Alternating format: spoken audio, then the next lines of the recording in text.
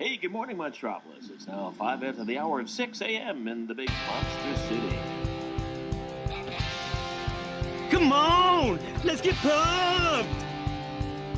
I'm not drinking any fucking Merlot! What can I say? The camera loves me. Shall we begin?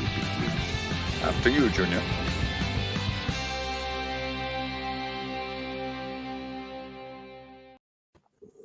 Oh, and I left the thumbnail up. Welcome to Logged It. We got episode 49 here. The dog decided to jump up right before the program started, so I thought I'd get him on camera at least once before we get going. Bucky, say hello to all 4 people that are going to watch this tonight. Bucky. No? Okay, fine. Welcome to the show. We're talking about a really fun topic tonight. Best directors working today. There's been some contention in the chat as to what that means. Not really. But it's going to be whatever we want to put on that list, best working today. So I'm very excited about this. We had a lot of interest in this topic. So thank you all for being here. We got a really fun panel for you, none of which who have been on this month. So movie of the month will be all new for us tonight too. So looking forward to it. Michael, you are here for the first time in a while, I believe. You've been on the show though, right? Yeah. Yeah, I mean, I was on like a month and a half ago for like best 2022. But like that was this is like my third time overall. But you know, it's good to be here. So I was gonna make sure I was gonna be like, what is Bucky doing right now? But then you opened on him, so you know, yeah, he's chilling. He's watching Bob's Burgers. Yes, he was. Well, he was. I turned it off. But if he starts like drooling over the food, yeah, you know. Yeah, that's fair. So Brian, you are also here. How are you? I'm just fine. I've been here plenty, so you see me all the time. This is true. Jake, welcome. How are you, sir? I'm doing well. I'm a little tired, and but I'm ready here, and I feel like I need to redeem myself over last time I was on because I forgot that my mum was taking me out to go shopping, and so I had to leave like 20 minutes. Oh, that's right. During the the episode, so I will redeem myself, and I'll be here for the whole thing. Perfect. And then Scott, you are here as well. How are you doing, sir?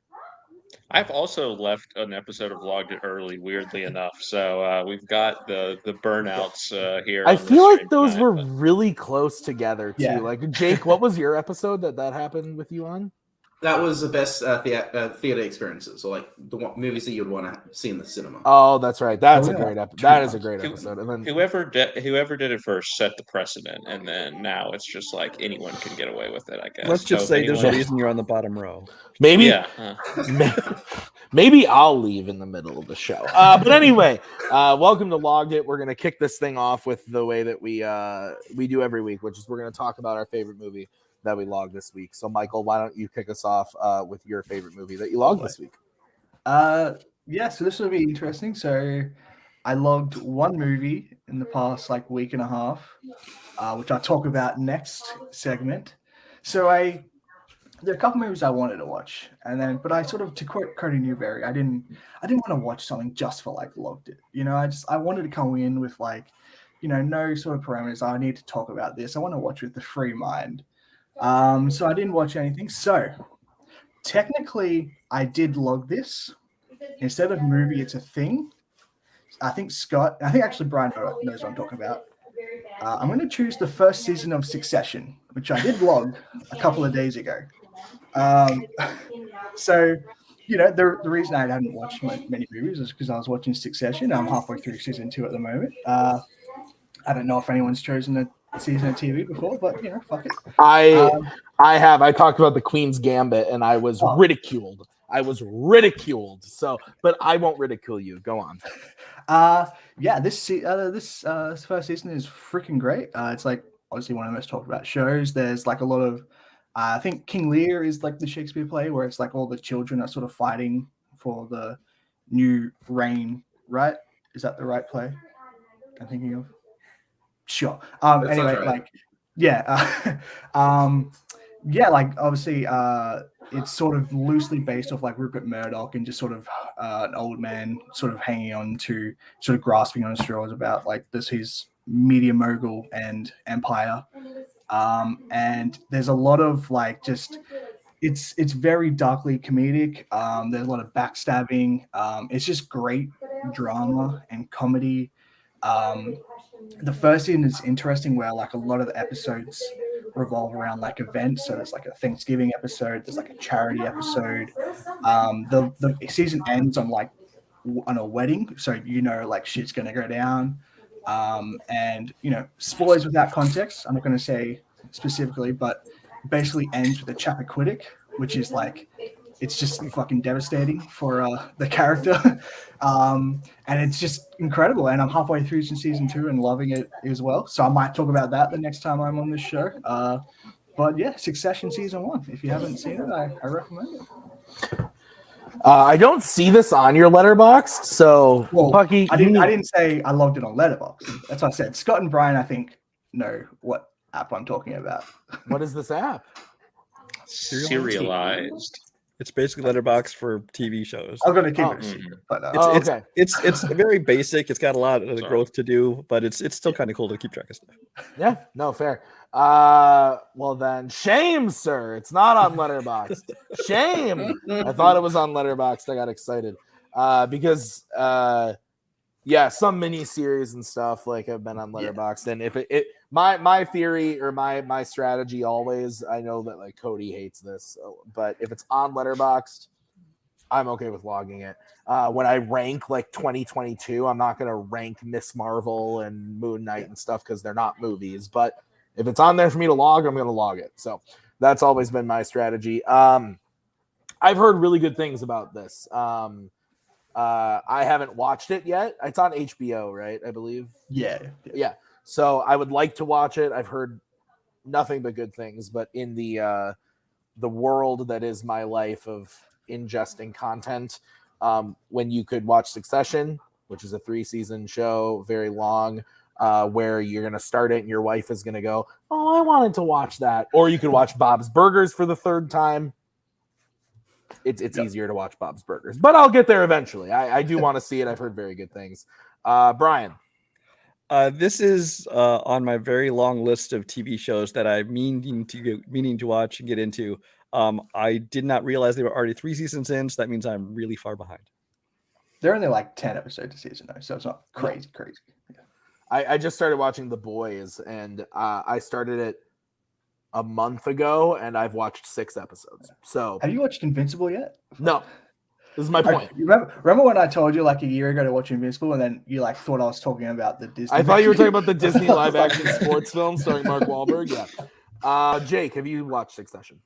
No. I don't know. I don't know if I consider myself anti-TV, but I kind of just don't. Do considerable effort to add like a 55-minute Waxahachie concert special to Letterboxd. I am not going to be a snob about anyone adding random stuff to Letterboxd. It's still on there, by the way. A few people have rated it, but no.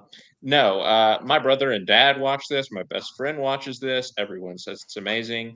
But I seem to only watch TV shows that get like canceled after 1 season. Yes. It's happened in like many times in the last 5 years. High Fidelity, right? I will never shut up about High Fidelity getting canceled after 1 season. I've had friends actually request I don't watch shows because they know it'll get canceled if I do. So it broke my heart when that happened. But I might watch it eventually. But yeah, it is a commitment.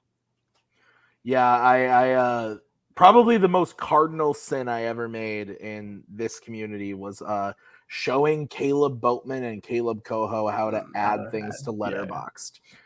Because I added the film I made in high school when I was in high school to Letterboxd, because that's how long I've been on the app. And one day I said, yeah, this is how you do it. And oh boy. And then they showed Nazario, and now we're all just... The Roast of Kaleb Koho is the greatest short film.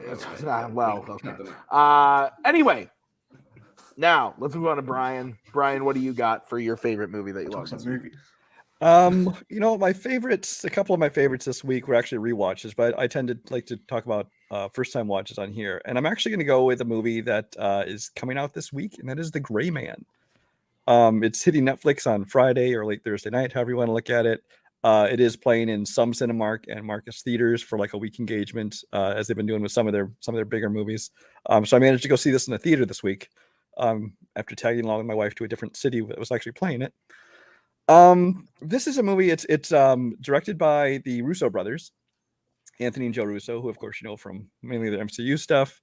It stars Ryan Gosling is basically a guy who was a criminal who was recruited out of jail, basically told, we can get you out of your sentence, you can get out of jail, but you got to come work for us with the CIA in like this kind of secret, special ops team as an operative there. And then there's the villain is played by Chris Evans, who is, as I said in my Letterboxd review, he's having more fun here than I think he's had in any role since Scott Pilgrim when he was playing Lucas Lee.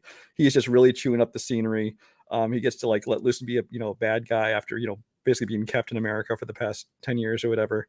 Ryan Gosling, I will say, I also said in my review, he gets to play kind of shades of his nice guy's character, because Ryan Gosling, I think, doesn't get to show his comedic side a lot, a little glimpses of it here and there.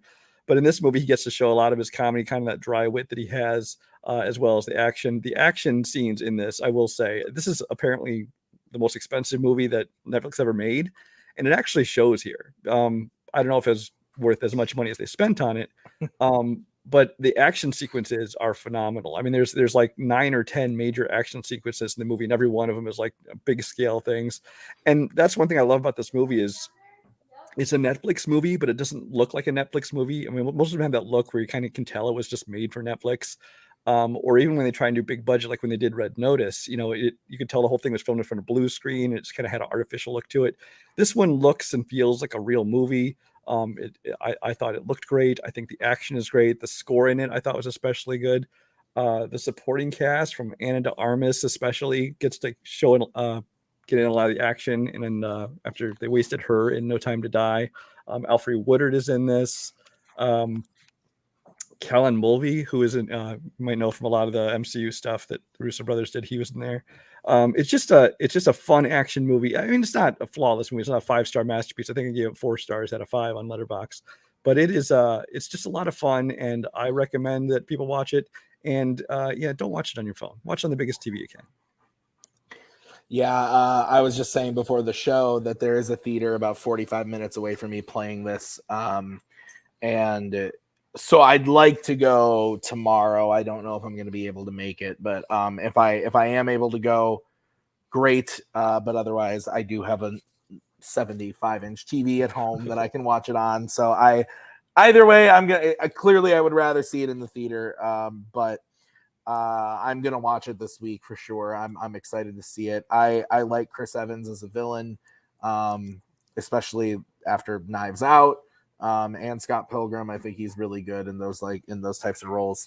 I haven't actually seen like any trailers or anything for this. I saw like one 30-second ad that played during like Screen Vision opening, like before a movie. But I haven't seen any trailers or anything, so I'm looking forward to it. I don't know much about the plot beyond what you just said, Brian. And I like the Russo brothers. Obviously they've made some of my favorite MCU movies with Winter Soldier, Infinity War, Civil War, Endgame.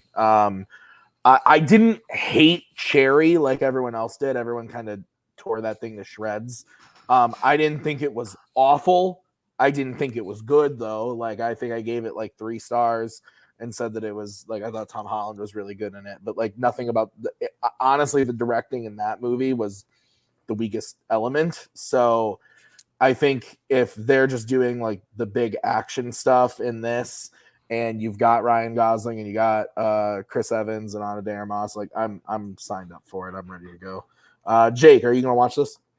Probably not, unless I come over and see my parents and my dad was like, "Hey, you want to go just put this on?" And then we watch it together, because we did that with Red Notice last year, and that was the only motivation I had for watching Red Notice is if I was just gonna watch it with my dad and just let dad to kill the time. This is so much better than Red Notice.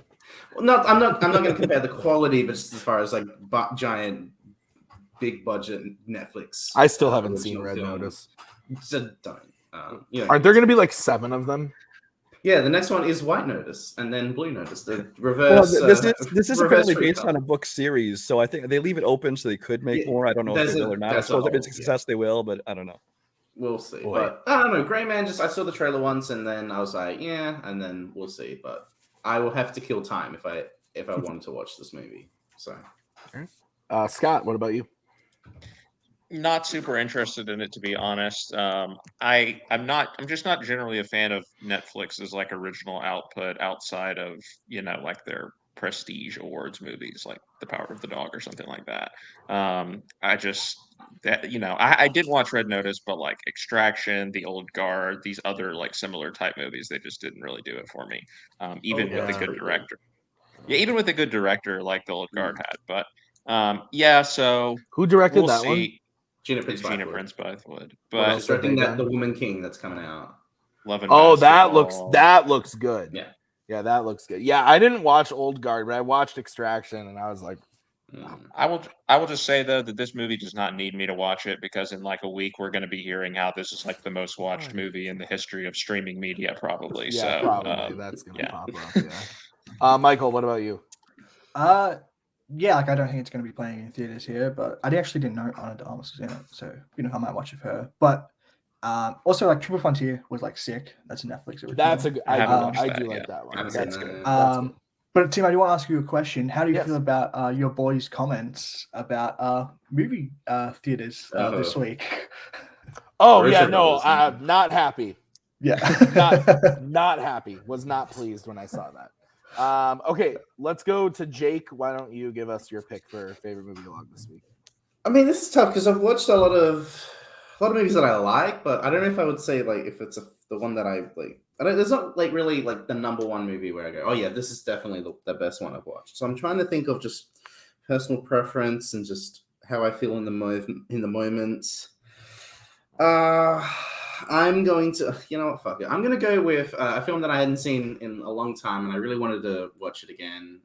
And I had a really great experience watching it. I'm talking about Harmony Korine's 2013, if you count release date, Spring Breakers.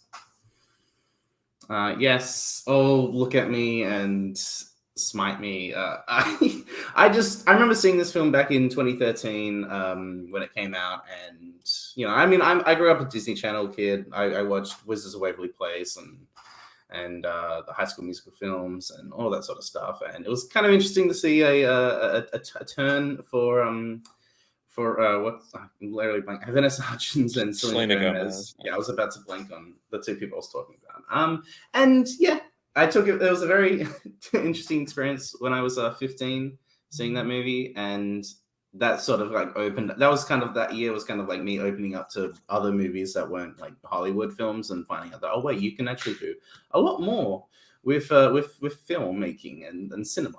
So cut to now, and having not seen it in a while, it was just kind of like I've grown up. It's almost 10 years since I first saw it, and it's just really euphoric of an experience. It's very low on narrative, but it's more just about the experiential sort of feeling that you kind of get from watching the movie and the sequence of events. Like it's for the characters. The idea of spring break is sort of like a paradise, not a purgatory, but more just like a heaven. Sort of, this is a place of paradise, and them to be free from reality. And there's a lot of just great cinematography. The guy who shot the movie is Gaspar Noé's DP, like on Enter the Void and Climax, and there's something gorgeous looking sunset shots throughout the movie. And I just think James Franco is incredible as Alien. He's a big character, and I feel like if it was any other movie, it would not work. But for a film like this, it totally works. So when they go and see his mansion, and he just has Scarface on repeat, and just all these guns on the walls, and just look at my shit. It's just like he's just doing whatever he wants. I mean, it's fucking great. And also, just there's one beautiful, and well, it is kind of trashy. These characters, I mean, they rob a convenience store to pay for their spring break.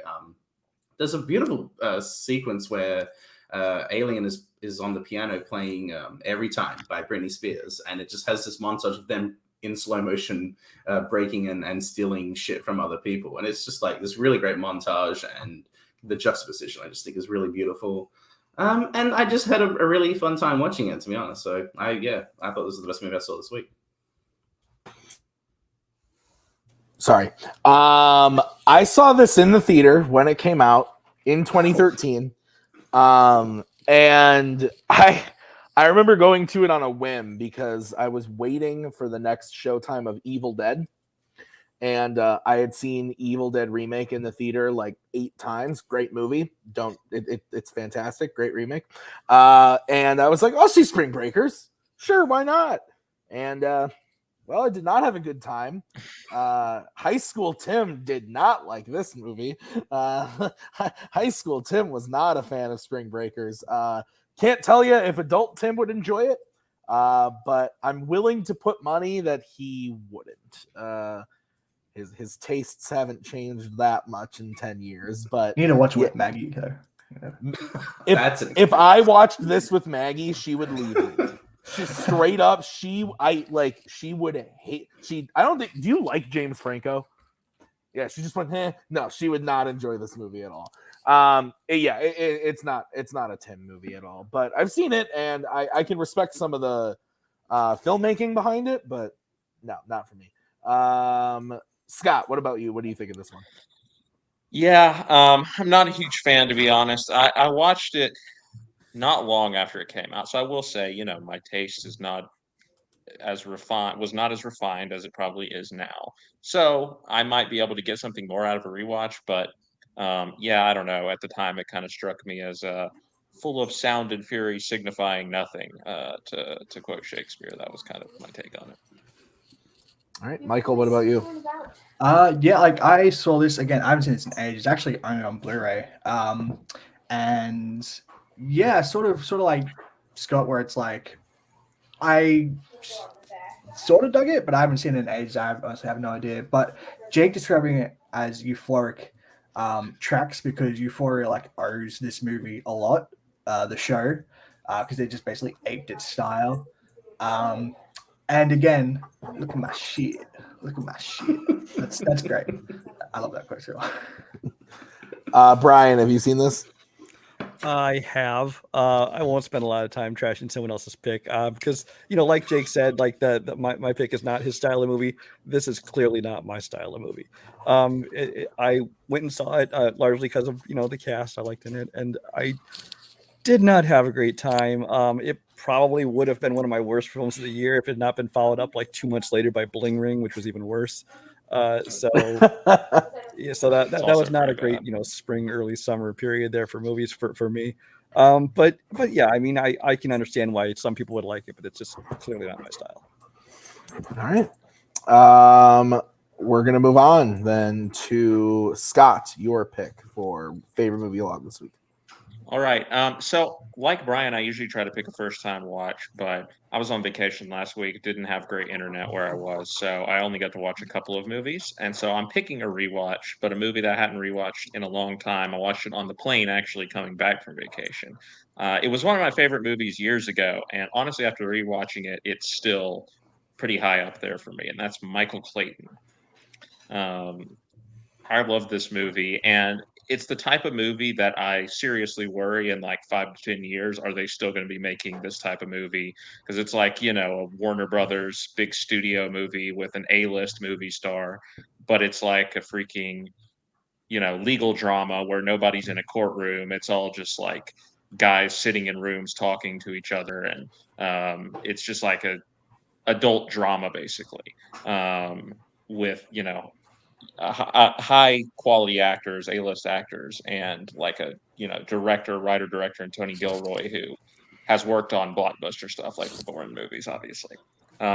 So this movie is just, it's such a intelligent movie. The way, Tony Gilroy's dialogue just really, it feels like the way that these characters, who are all pretty smart people, would talk, but it never distances, I think, a conventional audience from the movie.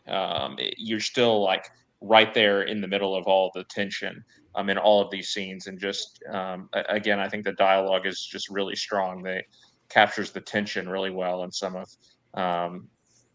between some of the characters, obviously the performances are fantastic by George Clooney and Tom Wilkinson and Tilda Swinton. All three of them are just really throwing heaters in this movie. Obviously, Tilda Swinton won an Oscar, and the movie was nominated for a bunch of Oscars. It's a really gripping movie, despite nothing I guess there's an explosion, but other than that, nothing super action-packed, blockbustery. Even the trailer shot, Yeah, anything like that happens in the movie. And like I said, I just wonder if this type of movie will be made in a few years. So in that regard, maybe it'll end up being a relic, but I think it's a fun relic and a movie that I'm really glad I went back to because I think it holds up just as well as it did for the first few times for me that I watched it back in the day.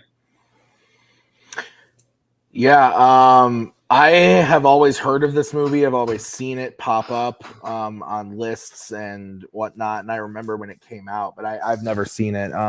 It's one that I want to watch. Hey, chill out, my guy.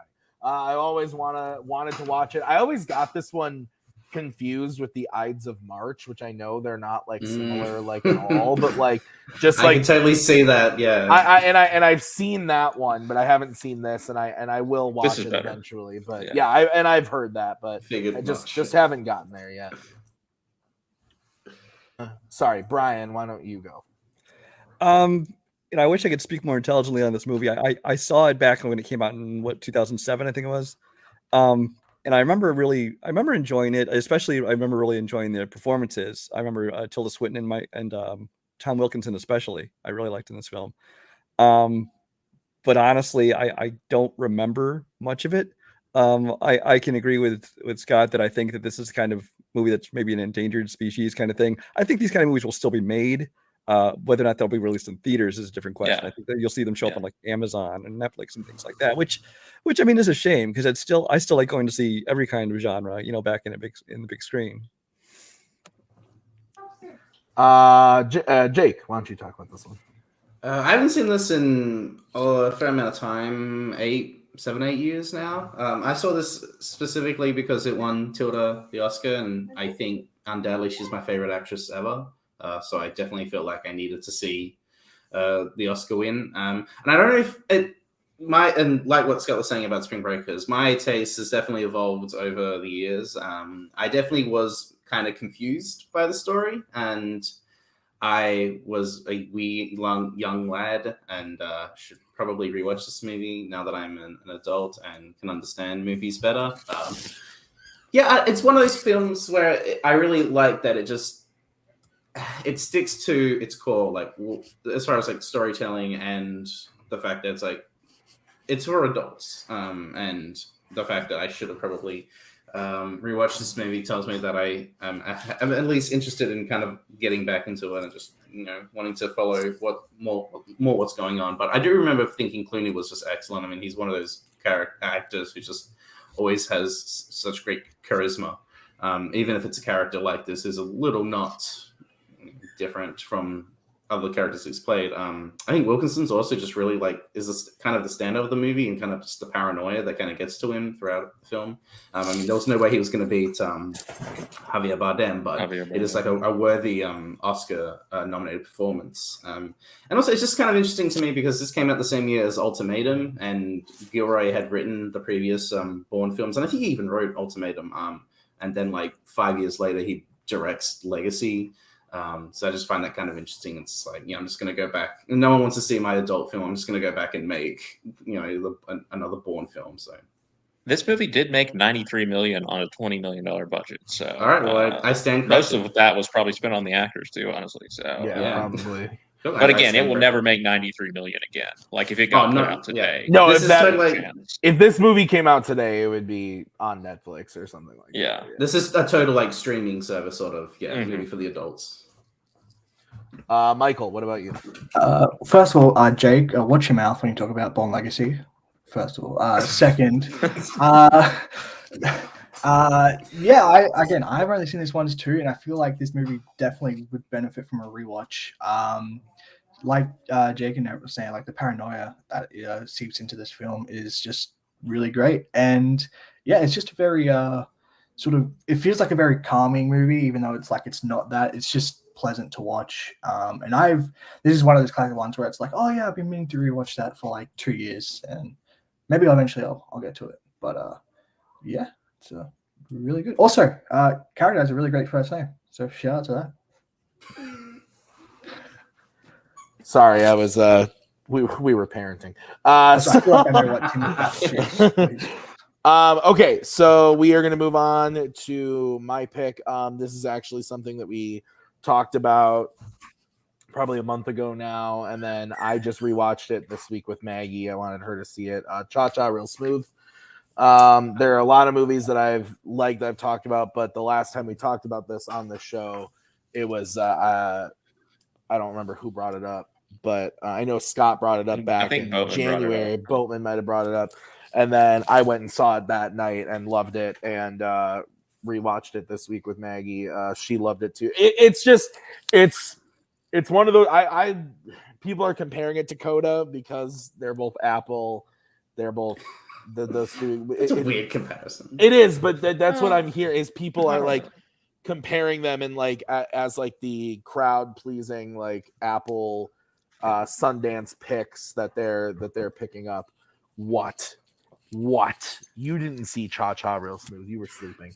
But the movie's excellent. I got to see it in the theater, which I loved, but watching it at home and watching it with Maggie kind of put it up in a bit of a different light. Like I don't know if you guys get this sometimes where like when I saw it in the theater, it felt really long, but in like a good way. Like I was sitting there and I was like, wow, like I want so much time with these characters. Like I was just like totally invested. And then all of a sudden, like watching it at home, it went by like that. Like it felt like it was like a 45-minute movie. Like all of a sudden, like I don't want to spoil. Have you all seen it?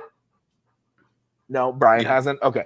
But basically the scene that gets where the like that has the song that has Cha-Cha Real Smooth or whatever. I don't know the song Cha-Cha Slide. Cha-Cha Slide. Yeah.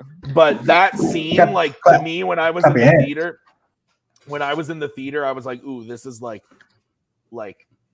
almost climax of the movie, and it felt like it was so. And all of a sudden, we were just there at home. It was just like a weird thing that I picked up on, like.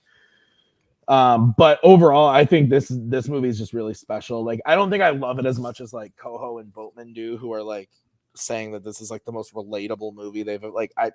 I'm like 3 years older than them, and I don't understand what they're talking about there. Like, if they relate to it and they feel good about it, like all on them, Hey. like good shit. But for me, I just really like the lead character, and the main trio really. Cooper Raiff and then Dakota Johnson and Dakota Johnson's daughter. The girl who plays the daughter in this, I think, is just so good. Like I just love the representation for autism and autistic people that they show on screen. And I like, again, there's just stuff in the movie that like I don't want to spoil it, but like the way some of these characters like rally around these people, it was just heartwarming. Like it just felt it was one of those things that just like that was just really good. And I don't know, it just felt nice to watch a movie where like, yes, the lead character is also like, he has moments of like being an asshole. Like he's a 22-year-old just out of college guy in the movie that's just like, there are like people at that age, and myself included, are going to do stupid stuff sometimes and make stupid decisions. One in particular, when he like finds out that his girlfriend is like maybe dating somebody else, but he just got together with another girl too, and he's like pissed about it. It's like that is something that a 20-year-old would be upset about. And so I like the authenticity of the movie. It feels very real.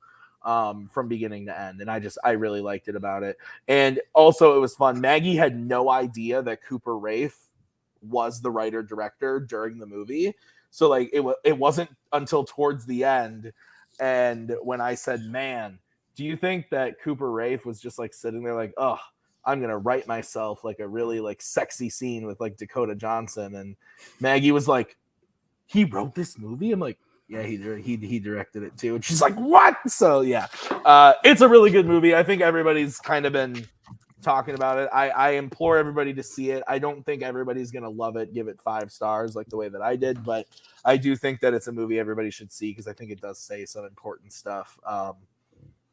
about just like life and love and everything. I think it's super important. So, Michael, did you watch this?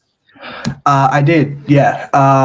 I was looking forward to this quite a bit because I'm a massive fan of Shithouse, which have you seen, Tim? Or... I have not seen it, but Okay. I've heard that it's good. Yeah. I actually like Shithouse a bit more than Cha Cha.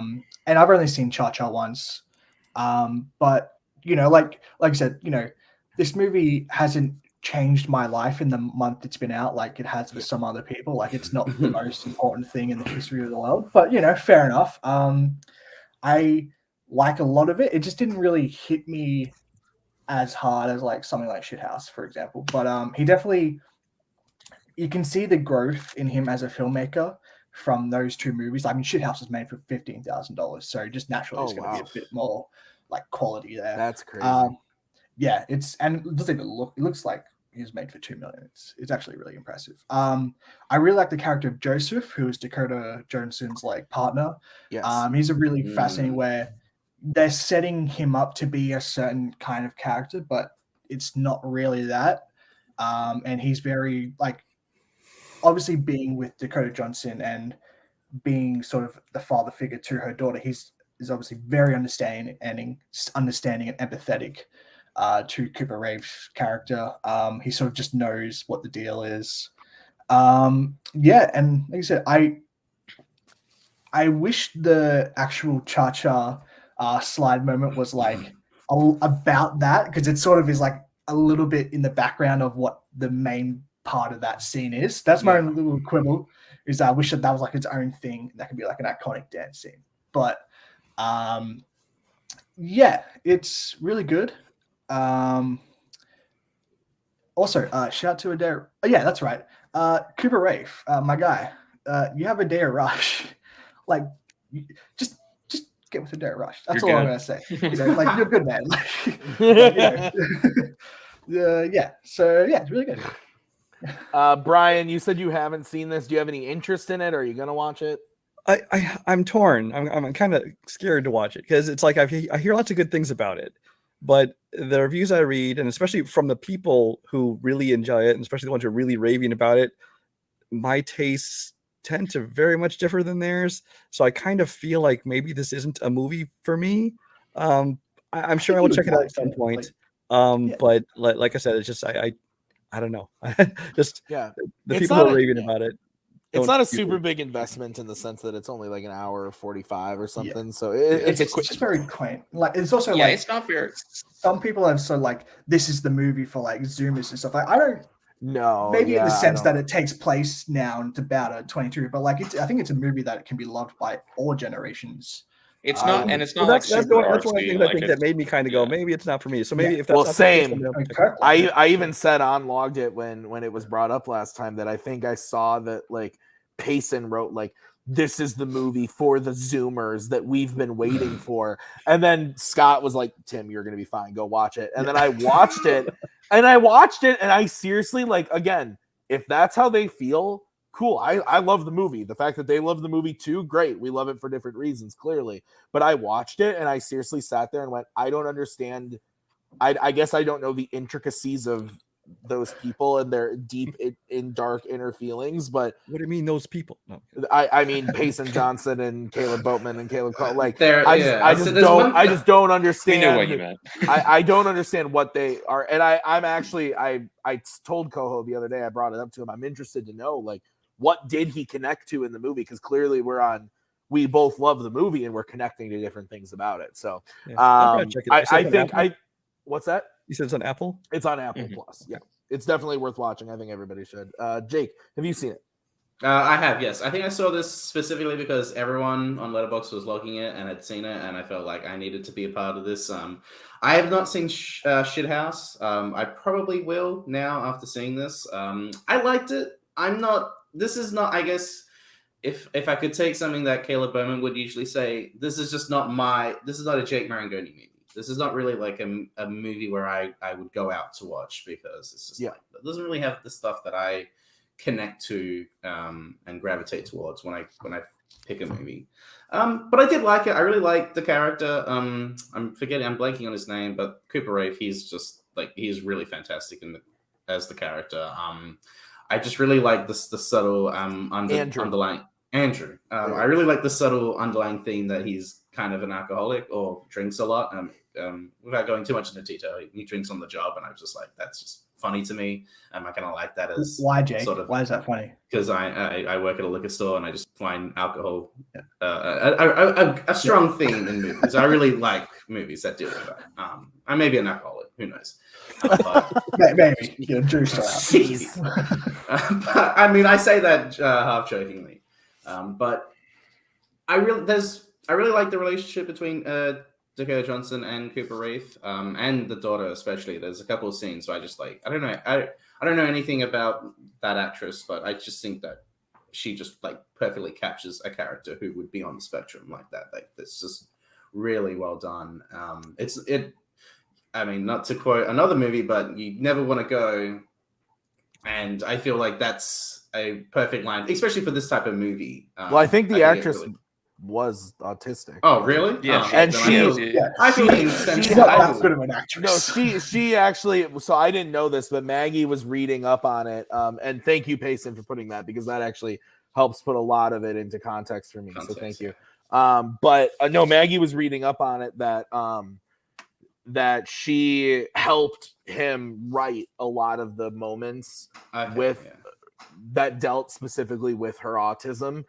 Specifically, I don't think this is a spoiler, but there's a scene where she says that like she enjoys being in a room alone because it helps her de-stress and from being so overwhelmed by the world.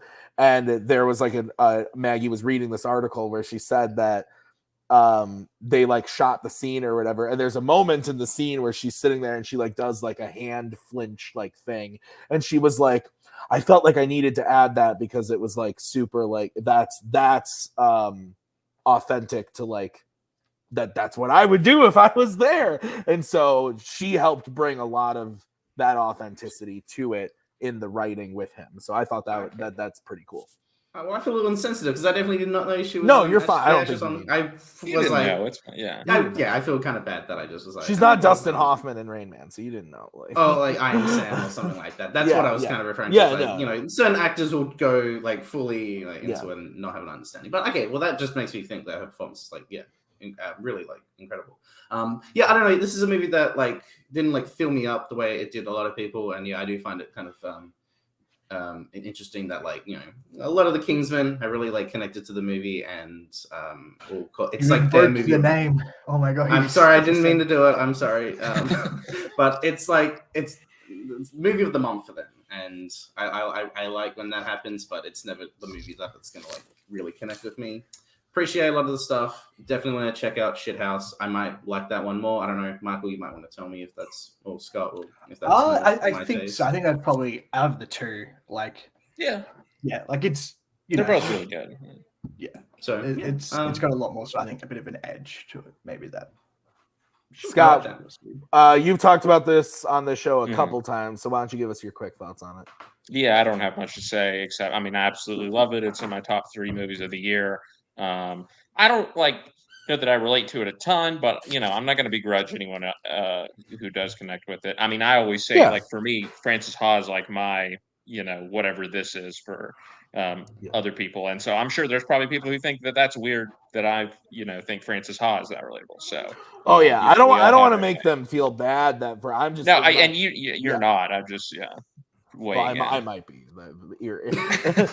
on accident. I'll defend you, Tim. Yeah, we got you. All right. Yeah, so one last thing. Sort of what Brian's comment was just like, I think sometimes you get sort of construed of just like that feeling is like applicable to every generation. So that's sort of where the like saying it's only for this surgery. I think that's where the message gets a bit sort of distorted. Just because he's that age now, so him, where I will still identify with it, but not in my current situation. But Also, Cooper Reith has written a movie where he's like hooks up with Dylan Galula, Dakota Johnson, and Dare Rush. And he's going to that's what I'm saying. That's what I'm keep doing it. So young. Wouldn't you do that if you were a 24-year-old kid like him?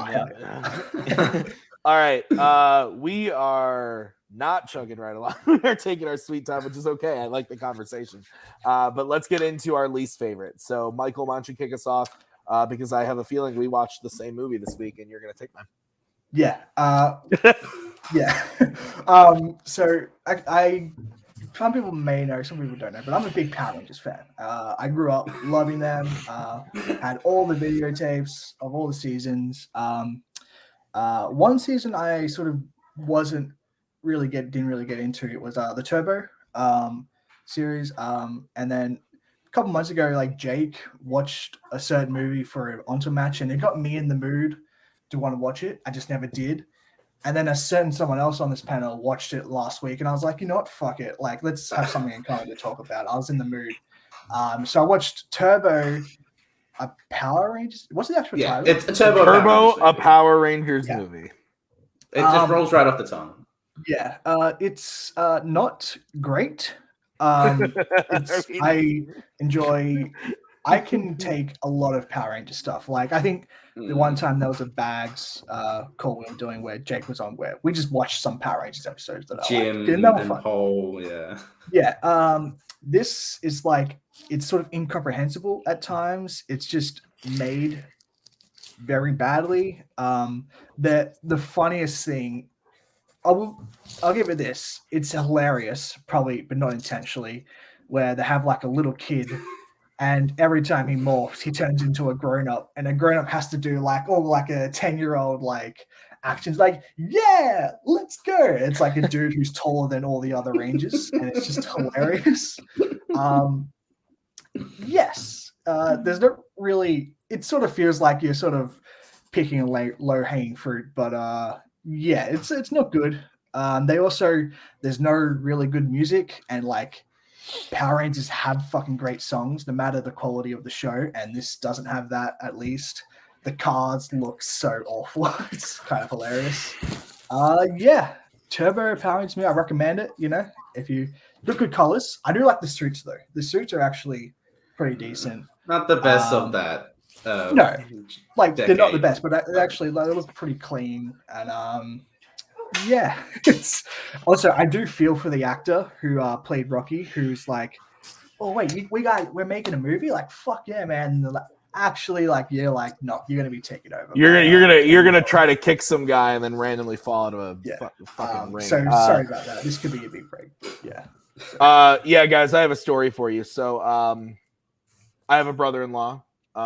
His name is Robert, and he buys movies on my Vudu. I've talked about this 18 times before, and so he buys movies on my Vudu. I watch them then because, well, I technically own it. I feel like I should give the movie the time of day. So this week's choice of hell, courtesy of one Robert Parker, was Turbo, a Power Rangers movie. My review for this on Letterboxd was, I believe, just the words "I just ... Like I had no words to say. The villain in this, so like I don't normally like pick, and I don't want to sound like an asshole, but like I don't normally pick up on these, or didn't pick up on these things, I should say, as a kid. But like the main villain in this movie is like naked. Oh, the woman. Like, yeah, she's there for the dance. Like, Eva talks. What were they doing? And I was just like imagining, like, I always watch these movies through the lens of like Maggie. It's just like I could just picture her sitting there going, ugh, like the whole time.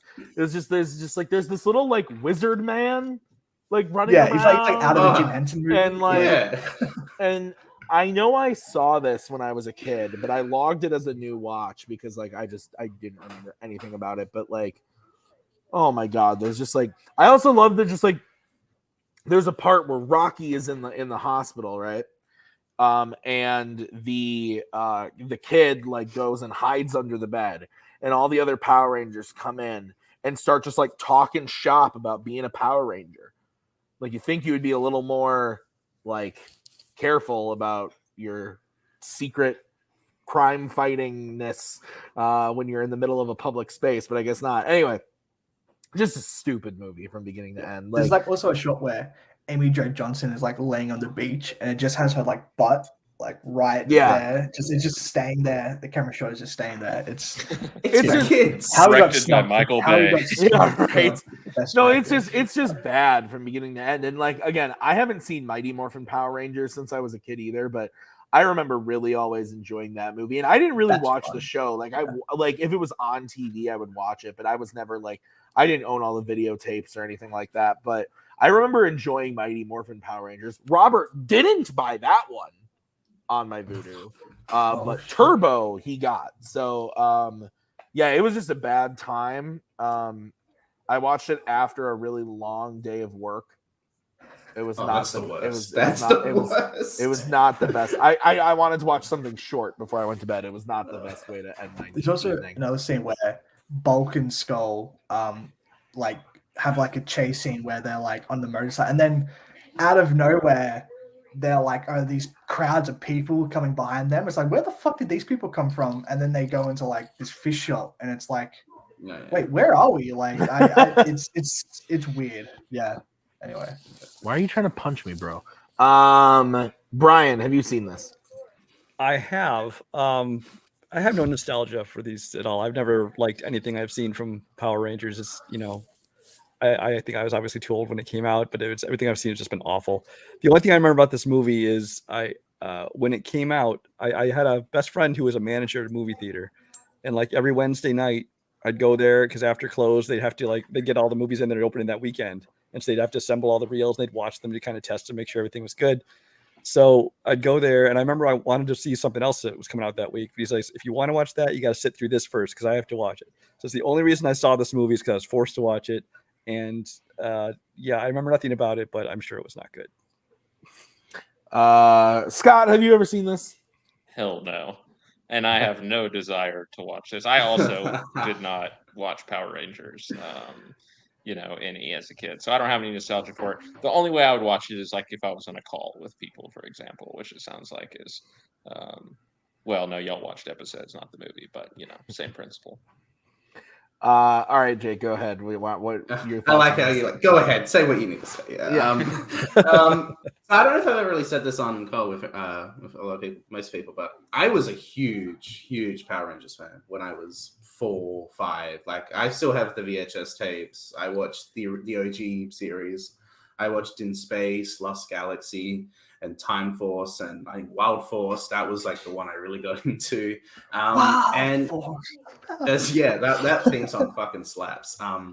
But there's an old photo of a 6-year-old me dressed as the Silver Ranger, which was my favorite. But I remember watching this on VHS all the time, renting it from Blockbuster or for the Australians, Video Easy. And Video Easy is great. And finding it to be the most dull, even as a kid, of the Power Rangers movies. Well, at the time there was only 2, compared to the one from '95, which I thought was so much fun with Ivan Ooze. This one is just like there's very little that happens. They find the wizard, they go on a ship, and then they go to an island, and the action is just like very little, and it's terrible. I don't know if that is that's need to be said, but I had no intention of watching this ever again after my watching this all the time as a 6-year-old. And the only reason why I watched it was because of an Onto match, because of RJ and Jeremy Adams. And I did not like that. So thank God we won, because now I have extensive amount of notes about the movie on my phone that I will keep forever, probably, just in case someone decides to use it against me again, or if I use it on them. Yeah, the movie's bad. I don't really know if there's anything else that needs to be said. It was basically the pilot for the Turbo show, and yeah, that's it. Right? Was it supposed to be was it supposed to be the pilot for that series, or was it the end, Michael? Because I actually don't even know. I can't remember. Like I said, Turbo wasn't really one. Yeah, that it was not the one I watched like everything else except Turbo, basically. Yeah, Turbo sucked For reasons. And then randomly, like 2 Rangers, the pink and red Ranger, Amy Jo Johnson. Yeah, they're just there. They're being kidnapped. He will at one point, and it's fucking hilarious. Yeah, it's not. Okay, so we'll move on. I'm gonna go next. I'm gonna keep this very short and sweet. So I have this brother-in-law, His name is Robert. He buys movies on my Vudu sometimes. Yeah, so I watched another 1997 comic book superhero crime. Stop biting me. Crime-based film. I watched 1997 Spawn. This was also terrible. I watched it the same day. I watched this before I went to work. I watched Turbo when I got home. What an awful day I decided to have. I don't know anything about Spawn, but nope. Won't, not again. I could see how this could maybe be cool, but Bucky, I'm going to end you. But yeah, no, this wasn't for me. This was really, really, really bad. All the acting is terrible, especially when the cast is decent, and yet all of them are just doing the worst jokey performances ever. Martin Sheen is the villain, who's just like walking in. Everything he says is like this. We have to go and do this thing. Like literally every line. It's just absolutely terrible. Sounds pretty good, honestly. Yeah. Brian, have you seen this? Not probably since it first came out. This is a movie that I think is just, I think if they made it now, and I know they keep trying to say they're making it again, who knows if it'll ever get remade. Like with Jamie Foxx, right? I think it could be, yeah, last I heard. It could be a really good movie. I mean, the thing about the comic when it came out is it was like Image Comics was trying to be like, you know, they were trying to be a little bit more the darker, the kind of the edgy, the R-rated kind of superheroes and comics, things like that. And a movie could have been good, but of course, this is back in the age when I think was still PG-13 if it was going to be a comic book. Yeah. It wasn't until the next year that Blade came out, you know, as an R-rated movie, and I think maybe if that had come out first, they would have gone all out with this. But even then, it's like the budget wasn't there for the special effects, so it looked really cheesy. I like everyone in the cast. I mean, like John Leguizamo, I think could make a great clown, but it just wasn't very well done. No, not even a little bit. Yeah. Oh, and I forgot to mention the worst part about this the whole thing. The visual effects. Yeah. Oh they're bad. God, I was seriously sitting there dumbfounded because the cape. Everyone was talking about the cape. It looks bad, but for 1997, okay, I can get by. But all the stuff like in hell, like it seriously looked like not even like a PS2, but like not even like PS1. It looked like something that would be on like the cartridge of like a Super Nintendo. It looked so unbelievably bad. Maybe the worst visual effects I've ever seen in a movie, straight up. It was worse than Mummy Returns, weird, creepy Dwayne The Rock Johnson, like by a mile, like just awful stuff. Jake, have you seen this? I have not. No, I only know there's two notorious things about this movie that I know, and that's the terrible, terrible CGI and John Leguizamo as the clown demon. Yeah. Which I also didn't know it was him until the end of it. Yeah. That's all I need to know. I have no intention of watching this movie. I'm dumb. Is this DC or is this just its own sort of Image Comics? It's Image. Okay, so yeah, I don't have to watch it's not FANDOM. No, it is not in FANDOM, but it is in. I think it was in Full Metal Geek and well, I don't for Schmodown stuff. Yeah, no, I had no reason to watch it other than the fact that Robert bought it. You have a crazy brother-in-law who just watches these shit. Watches these crap movies, yeah. Scott, what about you? No, and I'm really starting to understand why married people hate their in-laws. Yeah, I mean, no comment. Michael, have you seen this? No, like a lot of people, my only association with this movie is like being 16, going on YouTube, like top 10 worst CGI like in movies history, and like this being the top. Welcome to Watch Mojo. Watch Mojo. Yeah, that's basically my only association with this movie. It has always made me morbidly curious, but I've never actually dove in. But yeah. All right, fair enough. Let's move over to Brian. Why don't you give us your least favorite movie log this week? The worst movie I watched the past week has got to be Minions: The Rise of Gru. Yeah, so I I enjoy the Despicable Me movies, actually, all three of them, and even the first Minions movie. While not great, I still enjoy it on some level. It's just dumb fun. But this one, I saw the trailer. It didn't necessarily appeal to me, but my son wanted to see it, so he finally wanted to go this week. So I took him to go see it, and I mean, I'll pretty much just quote my Letterboxd review. But I mean, this is a Letterboxd-based show, so why not? But I basically said there are kids' movies that adults can enjoy as well, and then there's some that are clearly just made for kids to enjoy, and this one is firmly in that latter category. Because I wouldn't even say it's like actively bad. I was just completely bored. I didn't care about anything that was happening. The Minions are doing all their usual, antics, and they're, just being silly and goofy and stuff. And that's fine. The kids in the theater seem to be having a blast with it. But me, I was just bored to the extent where at one point I pretended I had to go to the bathroom just so I could go play on my phone for 10 minutes in the hallway. And so, I mean, I haven't seen a whole lot of horrible movies this week. And this one, I mean, it's, I suppose, inoffensive enough. It's just boring. Yeah, Maggie and I saw this opening night because you know how the Brzakalas roll, and the theater experience was interesting. The movie's 87 minutes long. It feels so much longer, and it feels so much longer. Maggie fell asleep, and then I would say maybe 50 minutes in, I looked at my phone and I was like, "Yeah, I'm done." Like, I'm good. Like, I'm sorry if someone is going to be upset, but I'm going to spoil Minions: The Rise of Gru here for a second. Towards the end of the film, all of the main, and I think it was in the trailer, but all of the Minions turn into like animals. And one of the Minions turns into a chicken and then shoots an egg out of its ass at another demon creature dragon thing.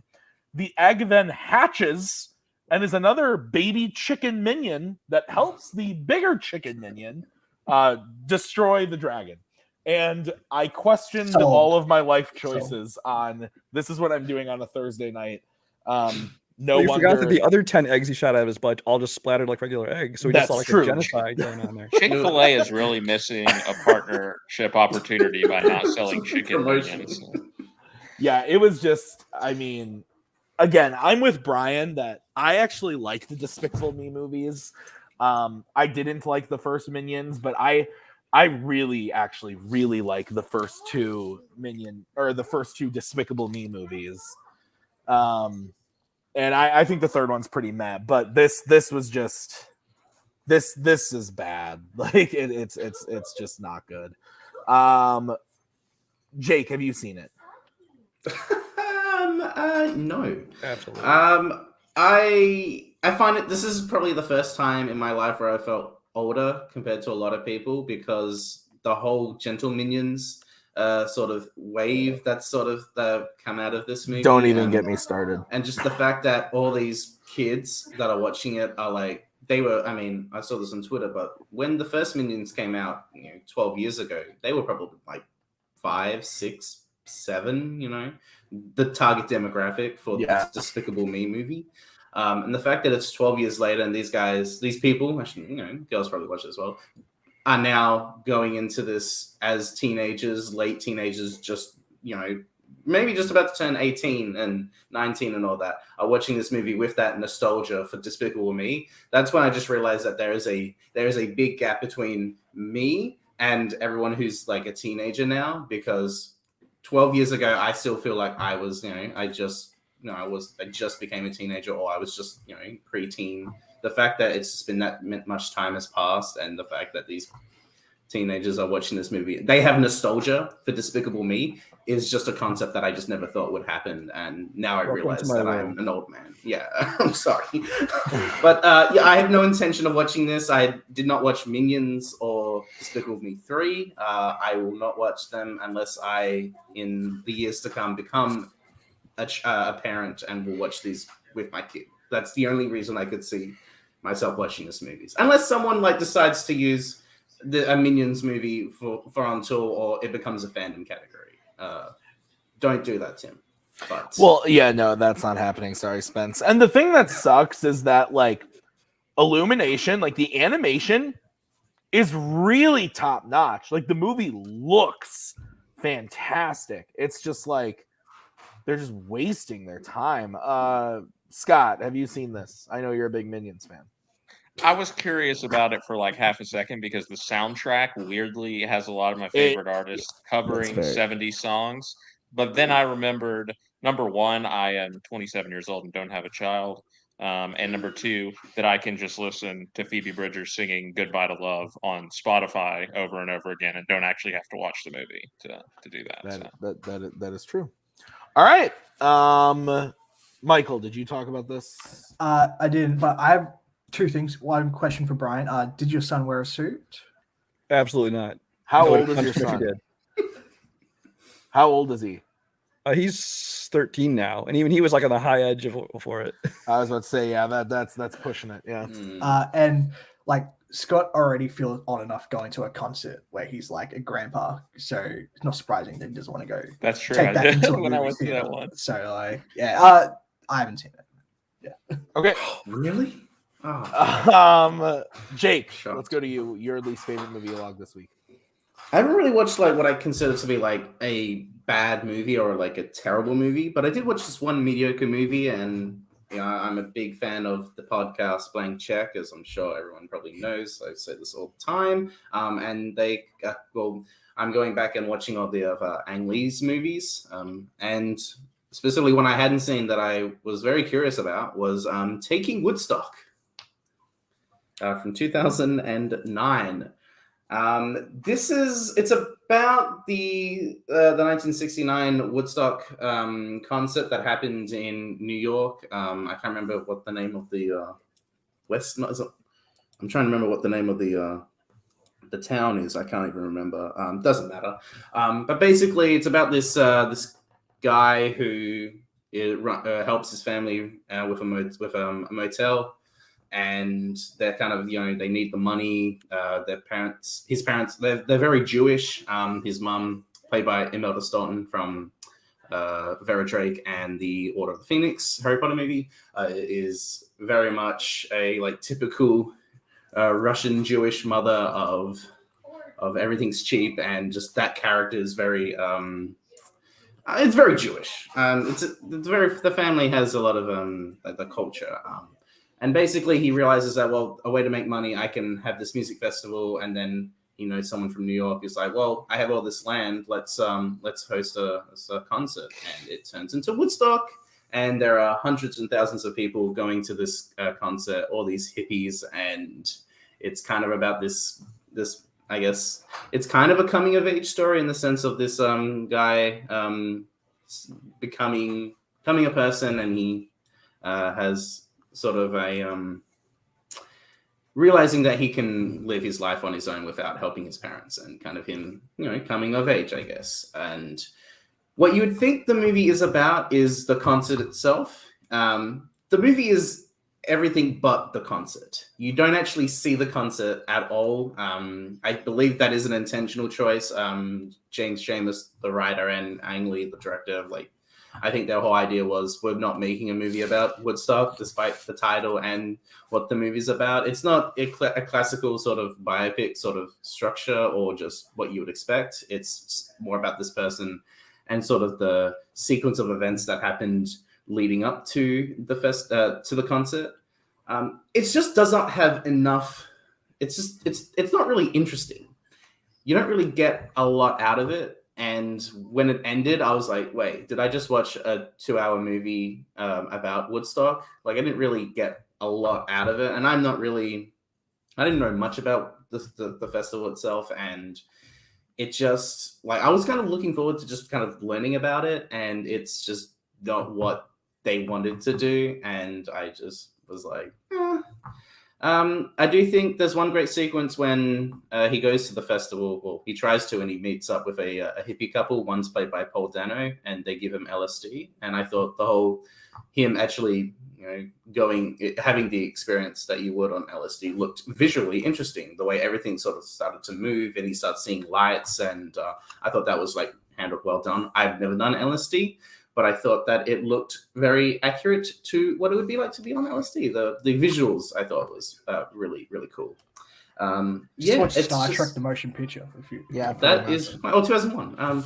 But yeah, it's not a film that you get really much out of. And if you're looking for a movie about Woodstock Festival, it's not about that at all. It's just a lot of planning, and I didn't think he would do it, but Ang Lee did the stylistic choice of the split screen multiple times. I thought he stopped doing that after Hulk, and he did that multiple times throughout the movie and then you see one camera go this way and another camera go this way, and you see like just two sort of like conversations happen at the same time, and it's very chaotic. And I think he did that because a documentary about Woodstock did that. But yeah, just one more last thing I'll say is that it's very similar to just the 2014 Godzilla movie, in that when Godzilla is about to fight a monster, it just cuts out and then you see the end of it. Jesus. It's very similar to that in that, it's about the Woodstock concert, you want to see it? Oh, no, you missed it. And then it just ends. I've never seen this. I remember when it came out, didn't care. I don't really like Ang Lee that much. I like Brokeback. I have some love for Hulk. Crouching Tiger is good. Everything else, not the biggest fan of. Although, on Scott's recommendation, I did buy Gemini Man. I'm gonna read. Yeah. I saw it in the theater. Yeah, and I didn't like it. But Scott convinced me to give it another chance, so I'm gonna rewatch that. But Good no, I movie. haven't. I have not seen this, and I don't plan to anytime soon. Brian. I have Gemini Man in a 3D Blu-ray I had to import. Looks really good. Anyway. I bought the 4K. So I have not seen this. Honestly, I don't know if I ever knew it was Ang Lee. If I did, I forgot that it was him. But he's not a director who I really have feelings either way about. Yeah, I mean, I'm looking at the cast. There's a lot of people in there I like, but it sounds like it's one worth passing on. also, to be fair, I have not seen Sense and Sensibility, which I hear is also good, but I have not seen that yet. Eat, Drink, Man, Woman. Fantastic. Scott. Yeah, Eat, Drink, Man, Woman, Sense and Sensibility, and The Ice Storm is like one of the greatest 3-movie runs that any director has had. I love Ang Lee. I actually considered bringing him up for the second part of the show, but maybe just because he, recently hasn't been on as much of a hot streak. But this is one I haven't seen. I do want to catch up with it just so I can complete his filmography. But yeah, it doesn't sound like it's a winner. All right, Michael. I'll always be appreciative of this movie for one specific reason that happened in 2018, but other than that, I haven't seen it. Yeah. Did you get a question about it? It helped in the fucking big picture versus killer chemistry first. The title match. Yeah. Oh, it was their 5-pointer, right? That they missed. It was their 3-point. Oh, the 3 that Luca missed. Yeah, that's right. All right, fair enough. Scott, your least favorite movie along this week. So again, I didn't watch that many movies, but after I got back on Saturday, I did go to the theater and see Where the Crawdads Sing. I was really looking forward to this movie. I read the book, which was a huge bestseller, at least here in the States it was. A few years ago, Taylor Swift came out with a song for this movie that was really good. So, that got me going. And then, Daisy Edgar Jones, I really like her. Normal People is like one of my favorite things ever. And she's, one of the leads of that. And so I was excited about this movie. I was really looking forward to it. It just doesn't work. And in retrospect, I won't get into it too much because, you have to read the book to like understand some of the stuff. But in retrospect, I don't think the book maybe lends itself as well to a film as I had hoped. If anything, maybe it should have been a mini series. Like, I hate saying that because I still want, a lot of movies to get made and books to be adapted into movies. But it seems like that's the route that a lot are going down nowadays, and maybe would have been better for this because the stuff that they have to prioritize to make something more cinematic and like get it over with in 2 hours is not the most interesting stuff in the story, and the rest of it goes by the wayside. And also some of the appeal of the book, a lot of the appeal of the book is just like the natural environment and how that is written, because it takes place in a marsh in North Carolina, and the writer of the book was a naturalist for like 40 years. So she, her descriptions and everything of the environment are like really beautiful. And actually very like thematically important to the story as well. And you just don't get any of that in a movie. Like they do some very half-baked voiceover, but they don't even really stick with it. I think Daisy Edgar Jones is about the only good thing in the movie. I think she lends herself well to the character. She has like an innocence about her that really works for the Marsh girl, which is the character. But there's just it just doesn't work. It's partially a courtroom drama too because the character's accused of murder. David Strathairn plays like the most cliche defense attorney character, and the movie also has the thing I hate in courtroom scenes, which is the canned crowd noise whenever something happens, like dramatic during the trial. It's like, oh, from the back of the courtroom. It's so stupid. I hate it. It's like putting a Wilhelm scream in a movie. Like it honestly is. It's so lazy. So it's just not very good. The book is solid. I don't love the book. I don't think it's amazing, but the book is actually quite good. I would just read that. I would skip the movie. I think this was Reese Witherspoon just being like, "Oh, look, this book made a lot of money, or it was really popular. We're got to make it into something," which seems to be her brand nowadays. So that happened.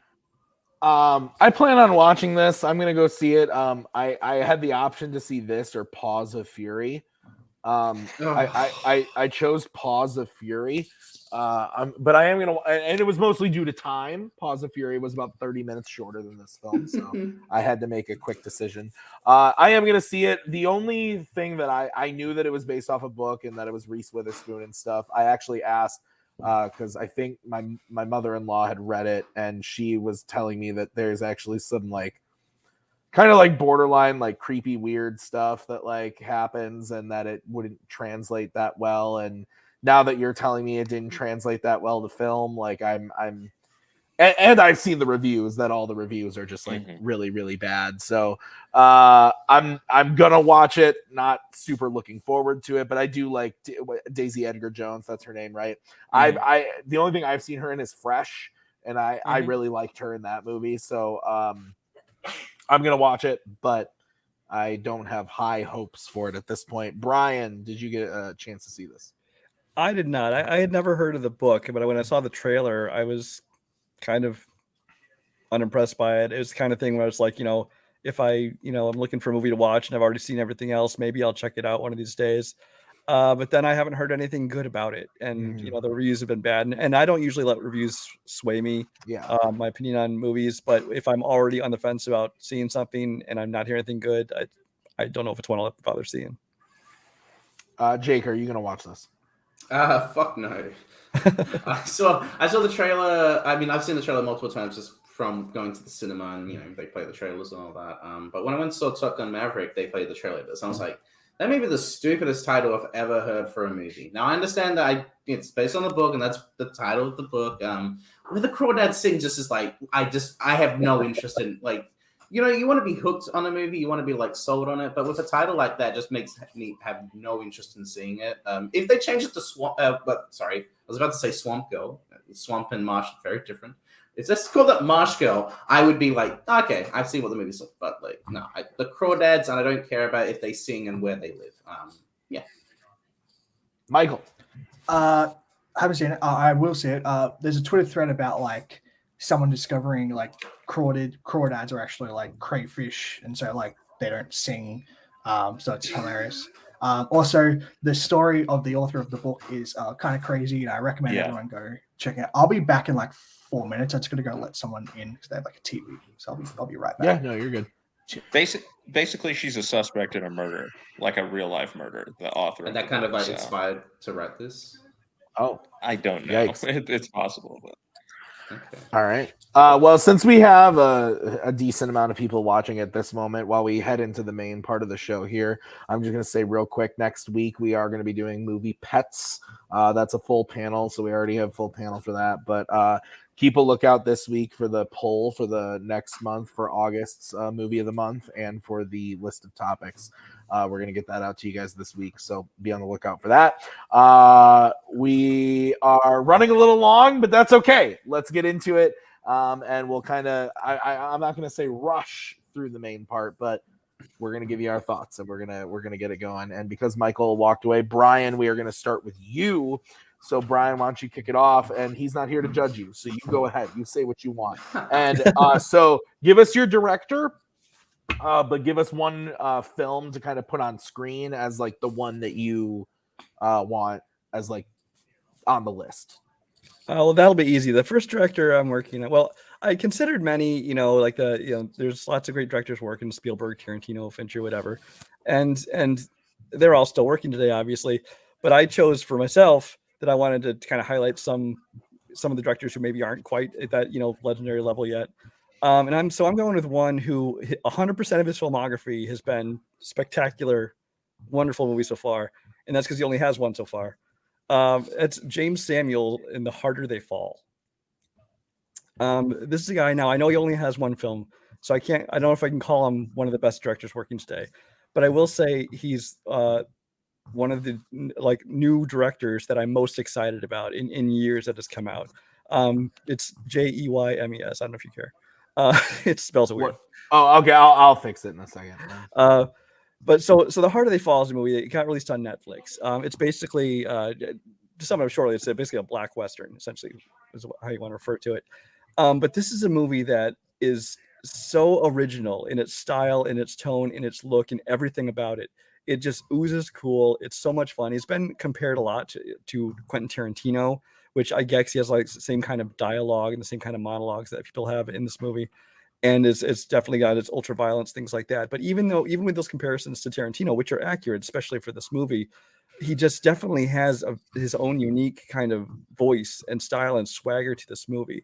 And I'm so excited to see, kind of what he's doing next. If you haven't seen The Harder They Fall, I mean, it's got this spectacular cast. It's Jonathan Majors is the main character. It's got Idris Elba, Regina King, Zazie Beetz, Delroy Lindo, Lakeith Stanfield, R.J. Seiler, DeWanda Wise, and so many more people are in this movie. The only other thing he has listed as credited for is called They Die by Dawn, I think it's called, which is basically just a short version of the same movie. He made it it's 50 minutes long. It's clearly low budget. It's a short, and it's not nearly as good as this, but you can tell it's kind of kind of a test run for his story and then expanded into this film. But this is a director who I'm really excited to see, where he goes from here. He's so unique. The next movie he has lined up, he's doing one called The Book of Clarence, which apparently takes place in biblical times and will star Lakeith Stanfield as Clarence. I'm curious to see what that is. And apparently he's also been signed to do, I forgot the name of him. I think it's I won't remember the name of it. There's some comic books called Irredeemable, and there's a sequel to it. But it's basically kind of an R-rated comic book kind of thing, with The Boys and all these things. It's a superhero who decides that, fuck the world. He decides to instead try and destroy all humanity. And there's a villain who then kind of rises to become kind of the hero. So it's kind of like the live-action Megamind, the R-rated version. But regardless of all that, he's just somebody who I'm really excited to see what he can do next. He also he composes all his own scores. The music in that movie is phenomenal, both the songs and the scores. So if you have not seen it, absolutely go check it out. It's on Netflix, The Harder They Fall. I have not seen it. I've only heard excellent things about it. It was one of the big misses that I have from 2021. And part of that is it was on Netflix, and that's not, again, I watch Netflix movies, but when I try to keep up with everything that's coming to theaters and this didn't play anywhere near me, it just kind of fell to the wayside. It came out around Thanksgiving when there were a ton of movies coming out. So, and then it didn't get any Oscar love. And again, this is not one that looks like a Netflix movie. I think I said in my last review that I would have paid to see this in theaters multiple times. It looks great. I've only heard good things. I will watch it eventually. I just haven't gotten there yet. Jake, your thoughts on this movie? I've not seen it. I do really want to. Funny enough, my dad has seen this movie, which is as I was saying, he watches Red Notice and the Fast and Furious movies. So the fact that he had seen this before me is kind of interesting. But I do want to watch this. It does sound like something I could enjoy and like. I do like that Jonathan Majors is becoming sort of like the next big guy, especially now that he's going to be in the MCU. And I love him in Defy Bloods. But yeah, I've just got to find the time to watch this, and also just remember that this movie exists, and I could just watch it when I want to, because I keep forgetting that this is a movie that's on my watch list that I would like to watch. but I will get to it eventually, hopefully. Scott. Yeah, this movie was fantastic. Really took me by surprise when I watched it last year. I wish I could have seen it on a big screen, honestly. It's a shame that it was a Netflix movie and wasn't showing anywhere near me, at least. I mean, I did get some Tarantino vibes from it, but like, yeah, it was cool to see it applied in this setting, especially like with it being a Black Western. Again, I think he just has a ton of style, and the final action climax, it's pretty prolonged, but it's really thrilling and exciting. And this, yeah, he's like a friend of Jay-Z's and like a music producer and songwriter and stuff. So like that's the reason I think he was able to attract such a huge cast for this first movie. But it bodes well for him in the future. Yeah, I heard about that biblical movie he's doing as well, and I'm really curious about that because I think we haven't had a good like biblical epic in a while, and I feel like he's the type of guy who can really liven it up so that we don't get another like Noah or whatever the Ridley Scott one was, Exodus, Gods and Kings. I just rewatched Exodus, and that was. I believe Danny Boyle was making a biblical epic about Methuselah. He could definitely leaven it up as well. Yeah. Michael, have you seen this? I'm sort of the same as you, Tim. Just haven't seen it, and it's just sort of got lost in the shuffle. But I always wanted to see it, just haven't. Yeah. All right. Okay, so let's move on. Michael, why don't you give us your first pick? Okay, I'll get the big dog out of the way. I'll go. How do we say the director first? So the director, and then pick one movie for them to represent. I'll go PTA, the GOAT himself. Fuck, I actually didn't think about one. I'll go. What is my new favorite PTA film, which is Punch Drunk Love. Yeah, I really love this movie. Like I had always liked it, and then a recent rewatch of it last year, I just fell in love with it in a way that I had never done before. And Boogie Nights is always like my number one. I think that's just because like it was my first PTA I ever saw when I was like 14, which is like just 14-year-old watching Boogie Nights. Like fuck yeah, like this is the life. And so I always have a very sentimental sort of view of Boogie Nights, but it is sort of his most mainstream in a way, in that it's just very like it's sort of like a biopic basically. It's the way it's structured with and then Punch Drunk Love, it's Adam Sandler, who I really really love, and it's just Adam Sandler being very sort of neurotic. He has these sort of bursts of rage that I think everyone can relate to, even though they don't necessarily like grab a hammer and like break a window. You just sort of get like fuck, like these people like just annoy me. You want to snap, but like it's real life, so you don't really. And the way it feels like he just can never like get a break. There's always something going on, whether like his sisters, these people from Utah, like and so on and so on. Cody, see, you just this is why we left the first order. This is actually no, the first order was the fun part. Let's not say things we regret. You know what I mean? Like let's not say less.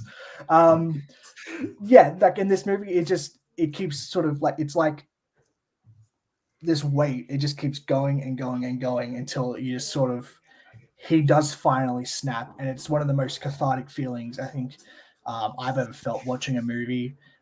Just the general production of the film, where a PTA movie when you see it straight, like even like Licorice Pizza, the opening sort of scene is just this long take, and it's like buckle in, and that's sort of the genius of PTA, where its movies are so original, they're so incredible, and like John Bryan's score, particularly in Punch Drunk Love, is basically, I just found out like that's sort of what got him the job for Lady Bird, because Greta Gerwig really loved the score and was like, I need that guy.